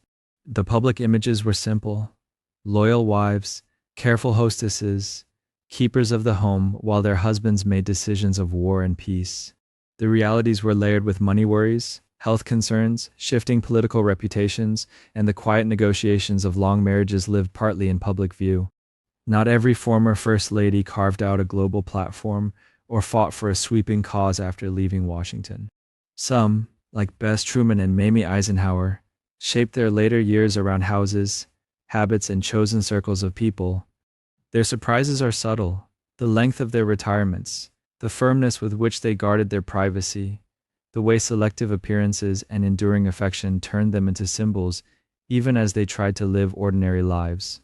In a story filled with dramatic reinventions and public campaigns, their presence marks another possibility: a post-White House life defined less by headlines and more by the gentle repetition of days, the slow passing of seasons, and the deep comfort of familiar rooms. Lyndon Johnson took office in 1963 after the trauma of President Kennedy's assassination, then stood for election in his own right in 1964 on a sweeping domestic agenda: civil rights, Medicare, anti-poverty programs.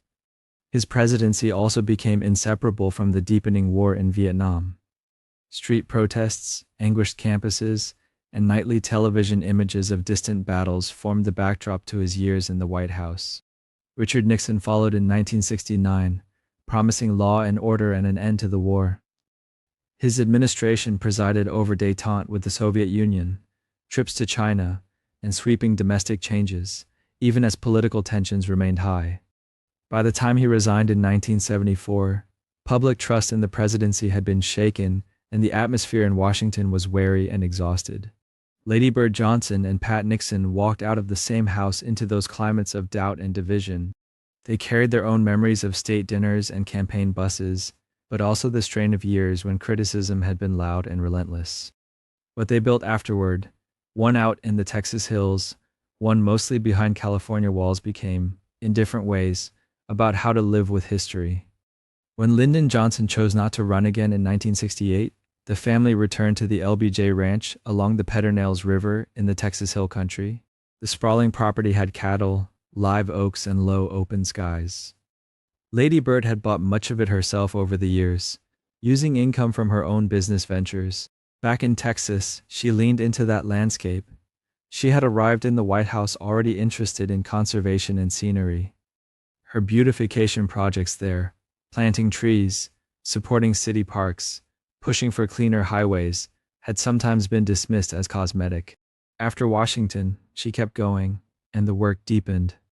She championed the 1965 Highway Beautification Act while still First Lady. In retirement, she supported efforts to protect wildflowers and native plants along roadsides and in public spaces. In 1982, she helped found the National Wildflower Research Center near Austin, a project that combined science, education, and her love of the Texas landscape.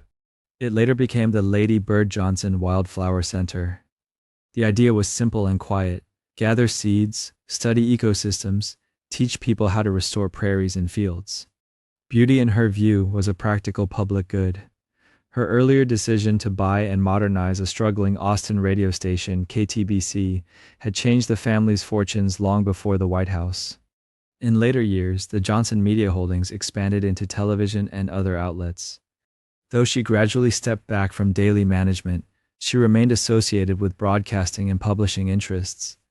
Board meetings, business decisions, and investments in local projects filled many of her working hours long after her husband's death. She was also central to shaping the Johnson Presidential Library in Austin. The concrete and glass building rose on the University of Texas campus, filled with documents from his years in Congress and the presidency. Lady Bird chaired committees, helped plan exhibits, and used the library as a base for honoring his Great Society programs as time passed and evaluations of his presidency shifted. She hosted scholars, gave carefully framed reminiscences, and made sure the story included legislation on civil rights, education, and the environment alongside the chapters on war. Life at the ranch and in Austin followed a steady rhythm. There were grandchildren visiting, wildflower drives along country roads, and quiet evenings with books or correspondence. Over time, critics of the Johnson administration mellowed. Lady Bird's personal graciousness and her long consistency on environmental issues made her an admired elder figure. Presidents and first ladies from both parties sought her counsel or attended events in her honor. She lived into her 90s, a steady voice speaking softly about rivers, trees, and the importance of tending the places people inhabit. Pat Nixon's path looked different. She left the White House not at the end of a term, but in the middle of a storm. The months leading up to August 1974 had been heavy with hearings, headlines, and legal language. Inside the executive mansion, those public events translated into long, uncertain days. When Richard Nixon resigned and the family flew to California, Pat's priority was not building a public platform. It was preserving some sphere of dignity and calm. They settled first in San Clemente, at a clifftop home overlooking the Pacific that reporters called the Western White House during his presidency. After resignation, it became quieter, though still ringed by attention. Pat managed the household, welcomed longtime friends, and maintained a careful routine. She accompanied her husband on walks and, when he gradually re-entered public life through writing and foreign travel, she appeared at selected events.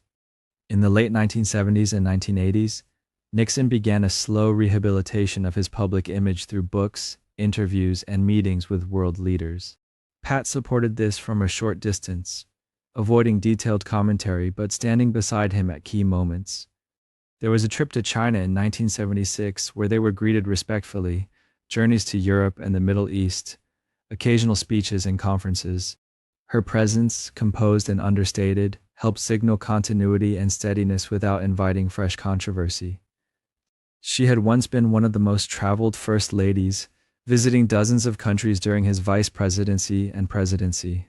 In retirement, travel continued but gradually narrowed as her health declined. The family later moved from San Clemente to a home in New York and then to a gated community in New Jersey, where life became more secluded. Dinners with daughters and grandchildren, phone calls with old friends, and quiet hours at home replaced earlier years of constant motion. Pat suffered a stroke in the early 1990s and then another. Reports from visitors described her as alert but limited in speech, still following the news, still attentive to family. Richard Nixon stayed close by, reading to her, holding small gatherings where she could be present without strain. When she died in 1993, she was remembered for her reserve, her travels, and her insistence on privacy, even at the height of public scrutiny. Side by side, these two post-White House lives trace different answers to the same question: What does a former First Lady owe to the public once the term is over? Lady Bird Johnson chose visible institutions, a presidential library, a research center, a continuing role in conservation politics. Her name attached to buildings, trails, and legislation, her voice recorded in oral histories, her later years spent in a kind of gentle, civic elderhood. Pat Nixon chose something more guarded, support for her husband's recovery of standing, carefully chosen appearances, and a home life shielded from cameras as much as possible. Her influence worked through loyalty, presence, and the management of silence, rather than through speeches or new causes. Both paths required a kind of work. One involved landscapes and libraries, newsletters and dedication ceremonies. The other involved navigating interviews, granting or refusing access, and sustaining family dignity in the wake of intense scrutiny. Together, their stories mark the point where the modern First Lady's post-White House role could be either an extended public chapter or a deliberate retreat, each a way of living with history once the motorcades had gone. In 1977, Jimmy and Rosalynn Carter arrived in Washington with the language of reform and humility. A Georgia governor promising honesty after Watergate, a First Lady who had campaigned as intensely as any running mate. 4 years later, after economic strain and the Iran hostage crisis, they left after a single term, defeated by Ronald Reagan in 1980. Reagan's presidency, beginning in 1981, brought a different tone: tax cuts, a strong anti-Soviet posture, and patriotic rhetoric. The Cold War would ease on his watch. Television carried images of summits with Mikhail Gorbachev, economic debates, and an assassination attempt he survived in 1981. When the Reagans stepped out of the White House in 1989, they did so with high approval ratings and a carefully managed public image. Those transitions, from Carter to Reagan and then from Reagan to George H. W. Bush, coincided with something new: the rise of the modern ex-presidential institution, no longer just retirement to a hometown house and occasional speeches. Now there were foundations, endowments, think tanks, global initiatives, and First Ladies whose post-White House roles could be just as organized. For Rosalynn Carter, the shift was almost seamless. Within months of returning to Georgia, she and Jimmy Carter founded the Carter Center in Atlanta in 1982. Its mission sounded modest: waging peace, fighting disease, building hope, but its reach grew wide. Rosalynn carved out her own lane within it, rooted in work she had quietly begun long before Washington: mental health. As Georgia's First Lady in the 1970s, she had toured state hospitals and sat with patients on wards that often felt forgotten. After the White House, she did not put that aside. She chaired the Carter Center's Mental Health Task Force, hosted annual symposia, and used the phrase mental health calmly in public at a time when many still whispered it. She pressed for parity between mental and physical health coverage, and for better support for families caring for loved ones with chronic conditions. Her interest in caregiving expanded beyond policy. In the 1990s, she helped start the Rosalynn Carter Institute for Caregivers in her hometown of Plains. The idea was simple but unusual, focused not just on patients, but on the people helping them every day, often unpaid: spouses, adult children, neighbors. The Institute offered training programs, research, and quiet, practical guidance on stress, burnout, and resilience. For many years, she wrote and spoke about the experience of caring for frail parents, ill partners, and aging friends in plain language that resonated far from any capital city. The Carters' partnership remained at the center of all this. They traveled together as election observers for the Carter Center, standing in school gymnasiums and dusty village halls from Latin America to Africa. They monitored ballots in Panama, Nicaragua, Ghana, and dozens of other countries, helping new democracies navigate the fragile early years of voting. Her reports were detailed, her observations steady. She was not just the spouse in the photograph, but a working member of the delegation. Humanitarian trips followed similar patterns. The Carters joined Habitat for Humanity, builds around the world, donning work clothes and helping raise walls alongside volunteers and future homeowners. For decades, news images would occasionally show an aging former president on a roof, hammer in hand, and beside him, Rosalynn, focused on the task. They taught Sunday school back in Plains, flew to remote regions for disease eradication campaigns, attended global health conferences, and then came home to a small town where neighbors still dropped by unannounced. Their post-White House life lasted much longer than their time in office. Jimmy Carter would eventually become the longest-lived president, Rosalynn one of the longest-lived first ladies. Together they embodied a version of retirement that was not withdrawal but redirection, away from official motorcades and toward quieter, sometimes more personal work on illness, development, and democratic practices. Nancy Reagan's later years moved through different rooms but circled similar themes of loyalty, health, and memory. When the Reagans left the White House in 1989, they settled in Los Angeles, in a house in the Bel Air neighborhood. There was a presidential library to build in Simi Valley, California, with its hilltop views and future Air Force One pavilion. Nancy became its central curator, not of documents, but of mood. She managed invitations, oversaw events, and helped shape exhibits that presented Ronald Reagan's story in a particular key. The actor turned governor turned president, the Cold War leader, the optimist. She guarded access to him, deciding which interviews to accept, which appearances to make, how often to step back into the spotlight. Her public role revolved around his. In 1994, the Reagans released a short handwritten letter from Ronald Reagan announcing that he had been diagnosed with Alzheimer's disease. It was gentle, almost conversational, but the reality behind it was heavy. Gradually, Nancy Reagan's calendar changed. There were fewer speeches together, more quiet days at home. She became a full-time caregiver as his illness progressed, protecting his privacy, sitting with him in the garden, and absorbing the slow losses that families across the country recognized in their own homes. When she did appear in public, it was often to talk about Alzheimer's from a place of lived experience. In the early 2000s, as debate over stem cell research grew, she spoke carefully in favor of expanding scientific work that might help prevent or treat the disease that had taken so much from her husband. Her advocacy was selective and personal, framed not as a broad political program, but as a plea grounded in the long, quiet labor of caregiving. She also became, in a way, the protector of his memory. She hosted anniversaries at the Reagan Library, attended funerals and state events, and formed friendships with first ladies from other administrations. When Ronald Reagan died in 2004, she stood through days of ceremonies, then returned to Bel Air, and continued to appear at occasional events, often frail but composed, carrying the role of widow of a modern icon.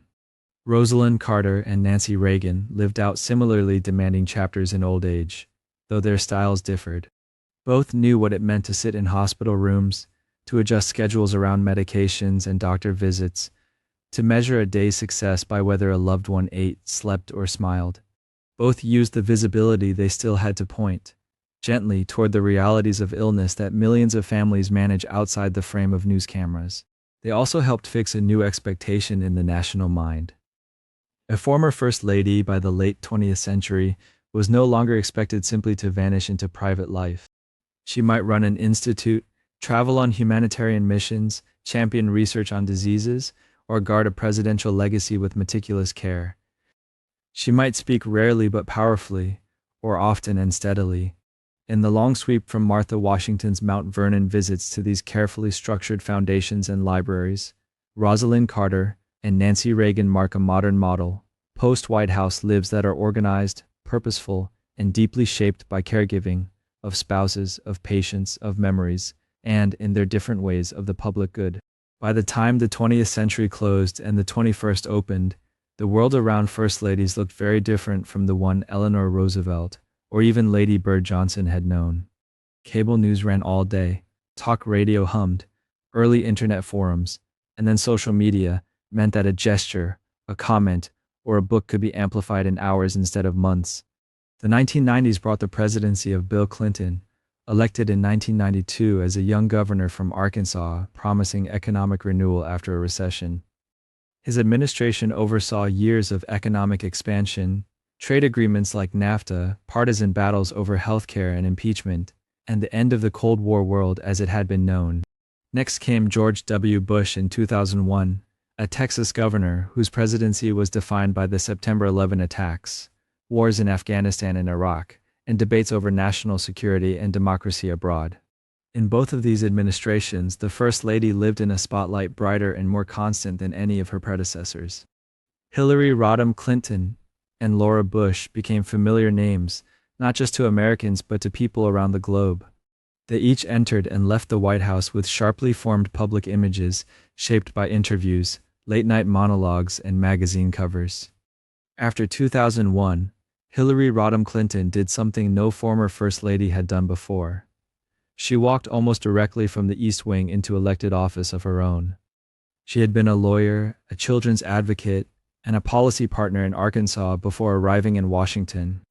During Bill Clinton's first term, she chaired a task force on health care that became a lightning rod for criticism and debate.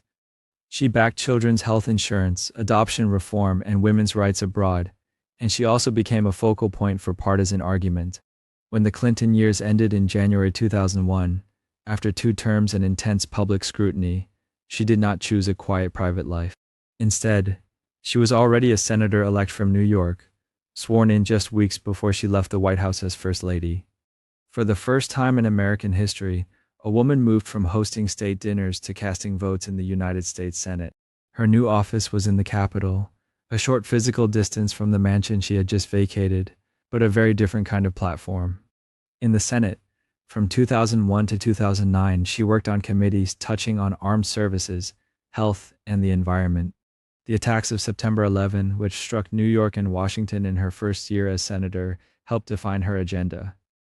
She pressed for aid to first responders and rebuilding funds, and she visited troops abroad, including in Iraq and Afghanistan, as part of congressional delegations. After an unsuccessful presidential primary campaign in 2008, another unusual chapter followed. President Barack Obama asked her to serve as Secretary of State. From 2009 to 2013, she traveled widely as the nation's chief diplomat, visiting well over 100 countries. She met with leaders in capitals from Islamabad to Paris, pushed initiatives on women's political participation, internet freedom, and global health, and oversaw responses to crises such as the Arab Spring uprisings. Her post-White House life had become not an epilogue but a central chapter of American foreign policy. Alongside these official roles, Hillary Clinton also joined the long tradition of former First Ladies as authors. She had already written a book on children and families in the 1990s. After leaving the State Department, she published a political memoir, and later a more reflective volume about American democracy and her experiences in public life. She co-wrote fiction, appeared on book tours, and spoke at universities and forums around the world. Her name remained on campaign signs long after her time in the White House, and her post-First Lady years are striking in this chronology because they read less like retirement and more like a prolonged, independent political career. Laura Bush's path after January 2009 looked calmer on the surface, but was structured and sustained in its own way. Her White House years had reflected a different style. A former librarian and teacher, she emphasized literacy, education, and a gentle, steady public presence. She championed reading initiatives, convened book festivals, and traveled on behalf of women's health and education, including in Afghanistan, where she spoke about girls returning to school after the fall of the Taliban government. When the Bushes left Washington, at the end of George W. Bush's second term, they returned to Texas and also to the work of building and supporting the George W. Bush Presidential Center in Dallas. Within that complex, the Laura Bush Foundation for America's Libraries, which she had established in 2002, continued its mission, helping school libraries, especially in underserved communities, purchase books and update collections. Grants from the foundation quietly shaped the shelves that children browsed in cities and small towns. Her post-White House advocacy broadened but kept the same themes. She remained involved in the National Book Festival she had helped create with the Library of Congress. She spoke about the importance of school librarians, teachers, and reading at early ages. She co-founded the Women's Initiative at the Bush Institute, focusing on women's leadership, health, and entrepreneurship in the Middle East and Africa, building on relationships and programs she had visited while her husband was in office. Like many of her predecessors, Laura Bush also turned to memoir. Her book, published in 2010, traced her journey from Midland, Texas, to the governor's mansion in Austin, and then to the White House and beyond. It discussed family, education, the events of September 11, and Life Afterward, offering her own account in measured, straightforward language. She continued to appear at literary events, educational conferences, and gatherings honoring teachers, librarians, and veterans. She and George W. Bush also devoted attention to military families and wounded service members, hosting events, supporting transition programs, and lending their names to initiatives focused on post-traumatic stress and reintegration into civilian life. Her speeches in these settings were typically brief and calm, emphasizing gratitude and support rather than policy debates. Placed next to each other, the post-White House lives of Hillary Clinton and Laura Bush illustrate two distinct modern styles of influence. One operates through ballots and Senate hearings, diplomatic cables and policy speeches, with later authorship and commentary woven around an ongoing public career. The other works through foundations and institutes, grants to libraries, partnerships with universities and nonprofits, and a careful, consistent speaking schedule. Both women carried forward the expectations and controversies of their White House years. Hillary Clinton's active role in policy and the intense reactions it drew foreshadowed her later bids for office and her service at the State Department. Laura Bush's reputation as a calm advocate for literacy and quiet support for women's health programs set the tone for a post-presidential life centered on education, reading, and measured advocacy. In the long arc from Abigail Adams's letters to Eleanor Roosevelt's columns and Barbara Bush's literacy campaigns, these two former First Ladies show how the role could stretch even further. One became a central figure in elected and appointed power. The other built enduring institutional projects and maintained a steady, less confrontational voice in public life. Both, in their different ways, helped define what it meant to remain visible and active after the last day in the White House, in an era when former First Ladies were now permanent figures in a constantly watching media landscape. By the time Barack Obama was elected in 2008, the pattern of former First Ladies living long, visible lives after the White House was well established. What changed was the speed and intensity with which every moment could be recorded, shared, and debated. Cable news, 24-hour online coverage, and social media meant that the line between in office and after office blurred. People could watch not only a presidency, but also its afterlife, almost in real time. With figures this recent, any story we tell is provisional. Archives are still closed. Private correspondence is mostly unavailable. Public impressions, especially in politically divided years, are sharp, but historians know that impressions often soften or shift as more evidence appears. For the Obama, Trump, and Biden eras, we can describe patterns we see now, while recognizing that the final assessment belongs to a future that has not arrived yet. Michelle Obama entered the White House in 2009 as the first African-American First Lady, with a background as a lawyer, hospital executive, and community-focused professional in Chicago. During Barack Obama's 2 terms, she became known for initiatives on healthy eating, military families, and girls' education worldwide. When the family left Washington in January 2017, after 8 years in office, she did not disappear from public view, but the way she remained visible felt carefully paced. One of the anchors of her post-White House life has been writing. In 2018, she published a memoir that quickly became one of the best-selling books ever written by a former First Lady. In it, she traced her path from the South Side of Chicago to Princeton and Harvard, to her early career and marriage, and then through campaigns, state dinners, and the more private moments of life in the executive mansion. Readers encountered not only major political events, but also quieter details of parenting, marriage, and personal doubt.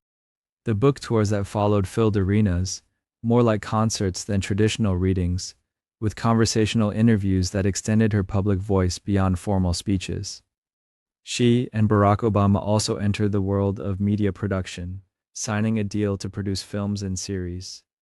Some of these projects have focused on civic life, social issues, and stories of ordinary people, continuing the theme of public service through storytelling rather than office holding. While the full long-term impact of these productions is something future viewers and scholars will measure, the choice itself marked a new path, a former First Lady as a high-profile figure in the entertainment and documentary world. Public health and education have remained central in her after-White House years. She has continued promoting exercise and healthy eating, especially for children, and has supported initiatives to encourage young people, particularly girls, to stay in school and consider higher education. She appears at graduations, youth summits, and conferences, often speaking in a tone that mixes encouragement with practical advice. At the same time, Michelle Obama's visibility has been managed with unusual care. Compared to some predecessors, she gives relatively few formal interviews. Her social media presence is active but polished, with clear boundaries drawn around private family life. She is a celebrity by any reasonable definition, yet she also cultivates an image of ordinariness, a woman walking her dogs, calling her mother, or reflecting quietly on aging and change. Whether this blend of fame and intentional distance will become a model for future former First Ladies is an open question that only time will answer. Melania Trump's path after leaving the White House has so far taken a very different shape. She entered the role in 2017 as a former model, born in what is now Slovenia, who had lived in New York and built a business around her name. Donald Trump's presidency was marked by intense controversy and constant media coverage. Within that storm, Melania Trump often maintained a smaller public profile than previous First Ladies, choosing a limited set of initiatives and public appearances. After January 2021, when the Trump family returned to private life, she largely withdrew from the daily news cycle. Reports describe her focusing on her son and extended family, dividing time between properties in Florida and New Jersey. She has made selective appearances at events, sometimes related to her Be Best initiative on children's well-being, sometimes at social and political gatherings connected to her husband.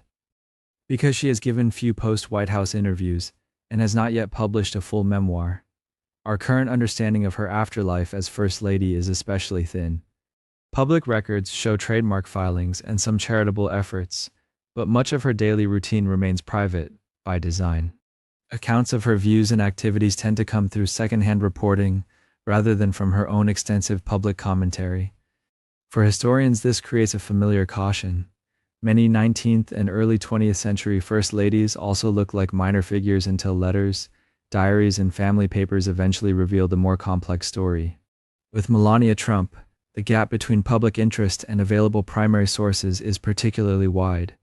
Any firm statements about her long-term influence or priorities after the White House would be premature. What we can say at this point is that she has chosen a path of relative seclusion compared to the very public platforms embraced by some of her immediate predecessors. Jill Biden offers another variation that complicates the simple phrase "after the White House." She first served as Second Lady from 2009 to 2017, while continuing to teach English at community colleges. When that administration ended, she entered a period that looked, for a time, like the beginning of an ordinary post-Washington life.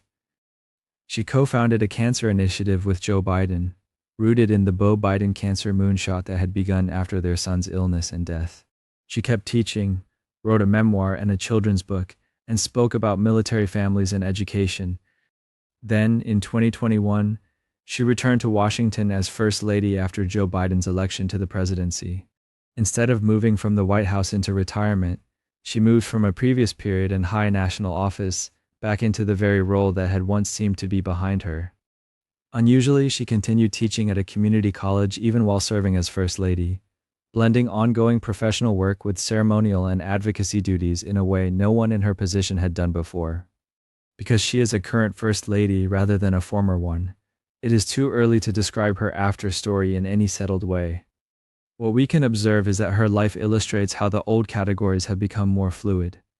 People can move in and out of public office, keep long-standing careers, and sustain causes over decades, weaving them through different roles instead of treating the White House as a clear dividing line. Across these three women, another pattern emerges. Modern security measures mean that former First Ladies live with extensive protection that shapes where they can go and how they can move through public space. Digital media means that every comment can instantly circulate worldwide, bringing opportunities for influence but also relentless scrutiny.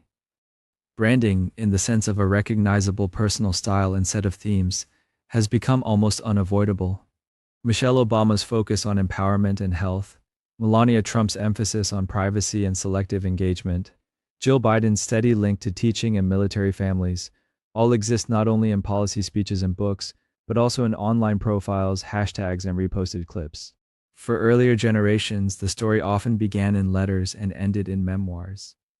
For these most recent First Ladies, the record will also include podcasts, streaming documentaries, email archives, and social media feeds. Historians will one day sift through all of that, separating crafted image from private conviction, context from reaction. For now, we can simply note that their post-White House years, whether already underway or still to come, are being lived under a brighter light and recorded in finer detail than any of their predecessors could have imagined. Across 2 centuries of stories, certain patterns start to repeat. The names and fashions change, the technologies change, but some basic questions remain almost the same. What happens when the crowds go home? When the guards step back? When the title of First Lady becomes something in the past tense instead of the present? One of the clearest threads is widowhood. A remarkable number of First Ladies outlived their husbands by many years. They spent longer as presidential widows than they ever did as presidential wives. Martha Washington guarded George's papers at Mount Vernon, burned many of their private letters, and tried to strike a balance between welcoming visitors and holding on to some peace. Dolley Madison, widowed and heavily in debt, sold James Madison's papers to stay afloat, and turned her modest Washington home into a kind of living parlor of memory. Sarah Polk wore black for the rest of her life in Nashville and presided over a house that was part shrine to James K. Polk and part quiet political salon. Edith Wilson kept watch over Woodrow Wilson's legacy from their home on S Street in Washington, long after his stroke and death. Lady Bird Johnson lived more than 3 decades after Lyndon Johnson and oversaw both his library in Austin and the later years at the ranch. Behind their public images, money was a constant concern.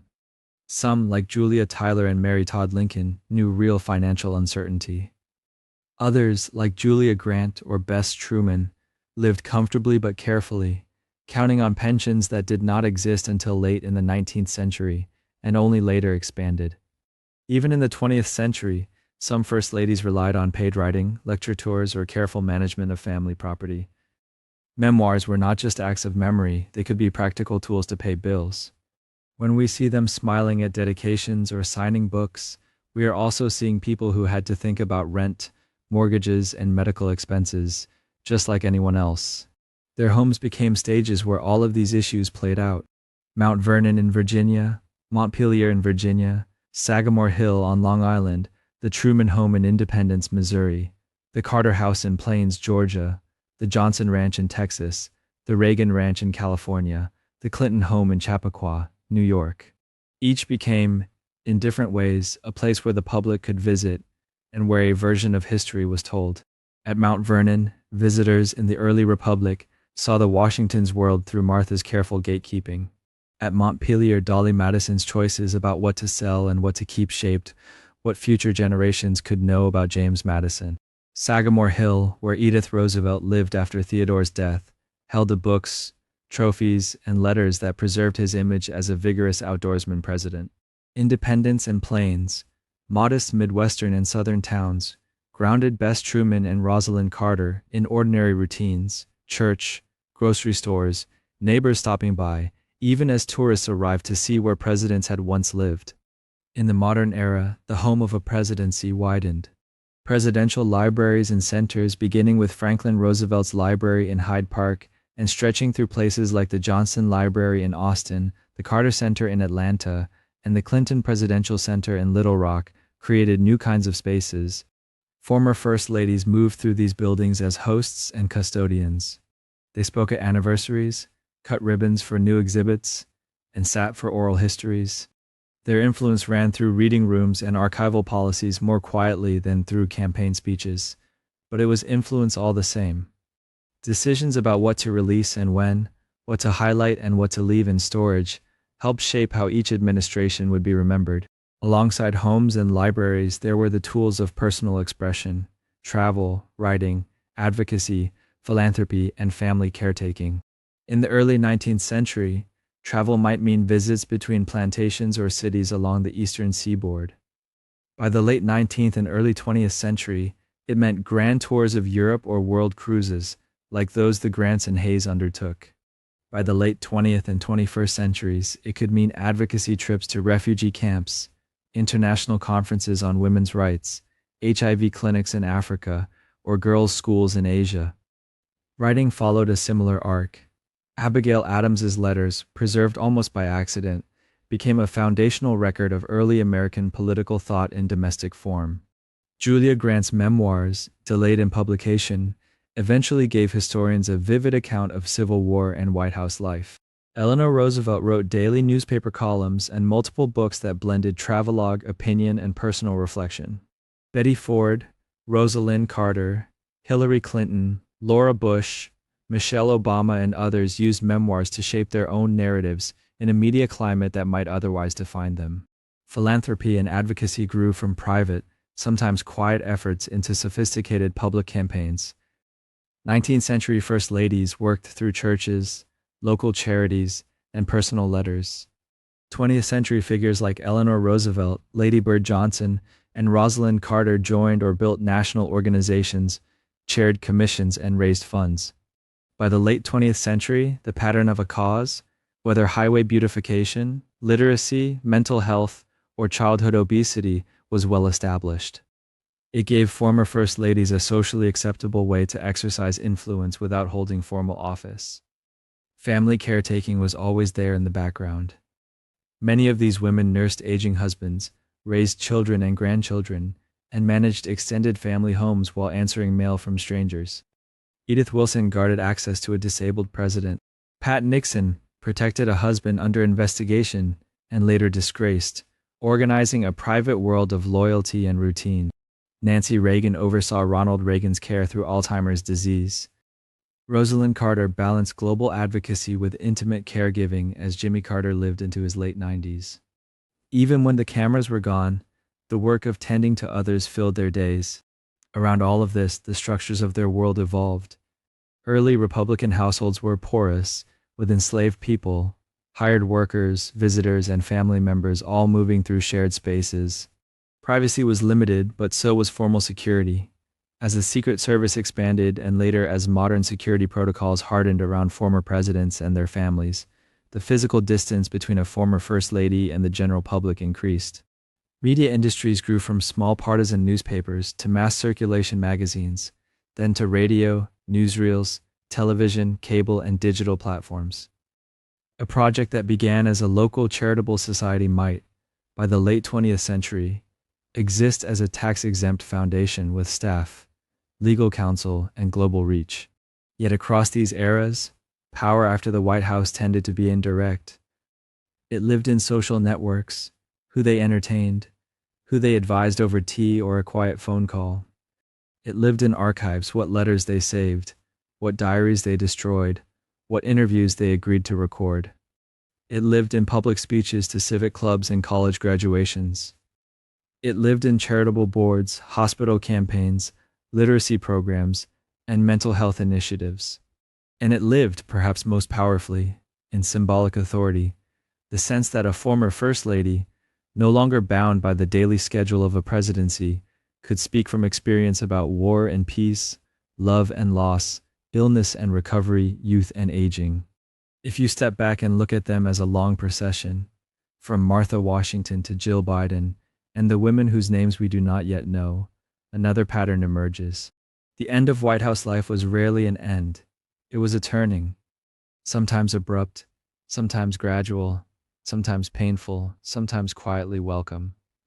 Each woman had to decide how much of herself to keep for private life and how much to offer to the country again in a different form.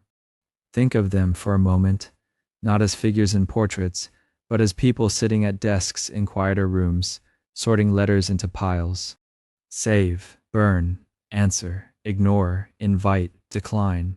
They were editing their own stories, line by line, year by year. And as we move toward the close of this episode, you can let all of these biographies settle into something softer. Not a list of names and dates, but a single long meditation on what it means to step away from the center of power and to keep living.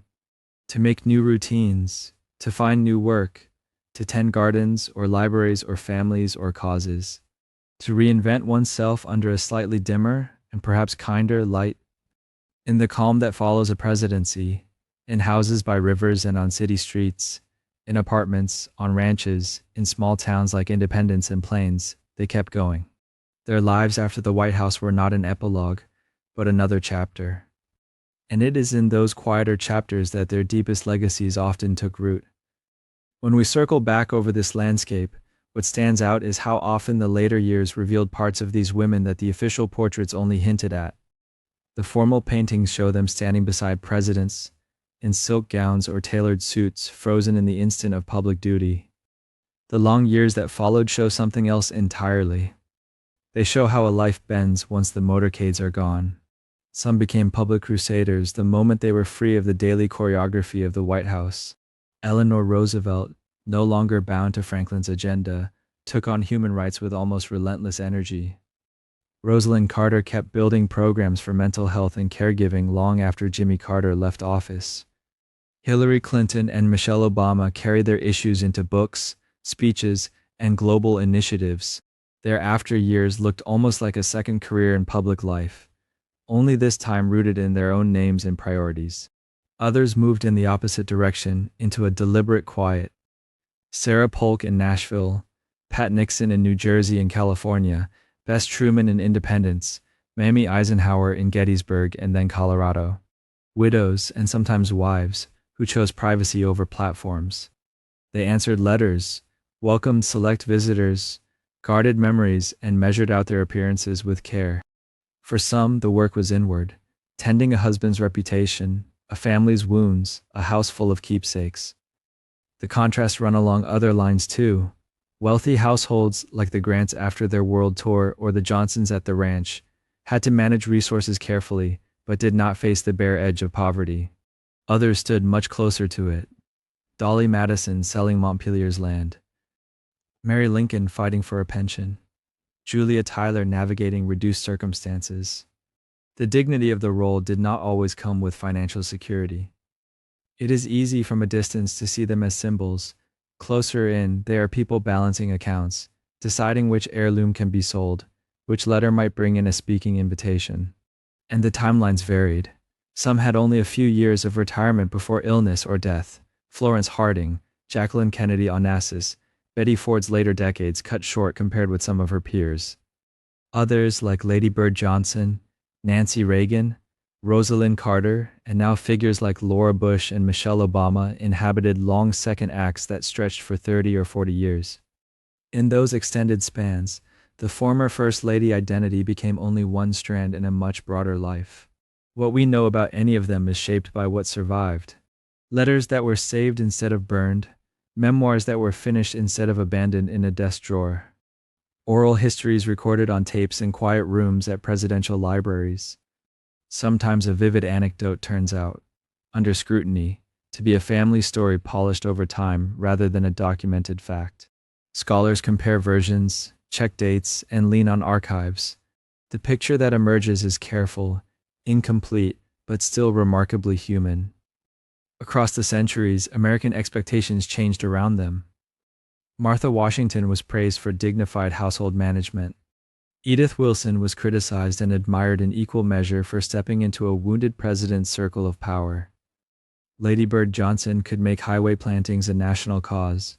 Eleanor Roosevelt could sit in the United Nations and argue over the language of human rights. By the time Michelle Obama planted a garden on the South Lawn, or Laura Bush flew to Kabul to talk about girls' education, the idea that a First Lady's influence might extend far beyond curtains and menus had become almost taken for granted. And yet, for all the travel and platforms and foundations, their post-White House lives keep returning to simple images. A train compartment rocking gently through the night as a former First Lady rides home from a lecture. A ship's deck at dusk on a long ocean voyage. A small study in a brick house with letters stacked in neat piles. A garden gate closing at the end of the day. A library reading room where a widow walks slowly past displays of her husband's papers.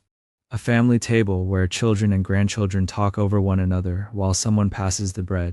The routines of the executive mansion, state dinners, receiving lines, briefing folders fade into other kinds of routines. Church on Sundays, birthdays and anniversaries, board meetings and school visits. Phone calls from old friends, new causes taken up or gently set down. In that soft, extended twilight beyond official power, their legacies sink roots into places that are easy to overlook. A preserved letter, a scholarship fund, a speech that stayed with a young listener, a town that remembers a neighbor more than a national figure. As you drift towards sleep, you can let these lives settle around you like a quiet procession moving down a long corridor and out into open air. The big doors of the White House close behind them. Ahead are porches and gardens, train platforms and small-town streets, city apartments and country paths. Their stories do not end at the mansion's edge. They simply walk on, at a slower pace, into the wide, ordinary, generous spaces of the rest of a human life.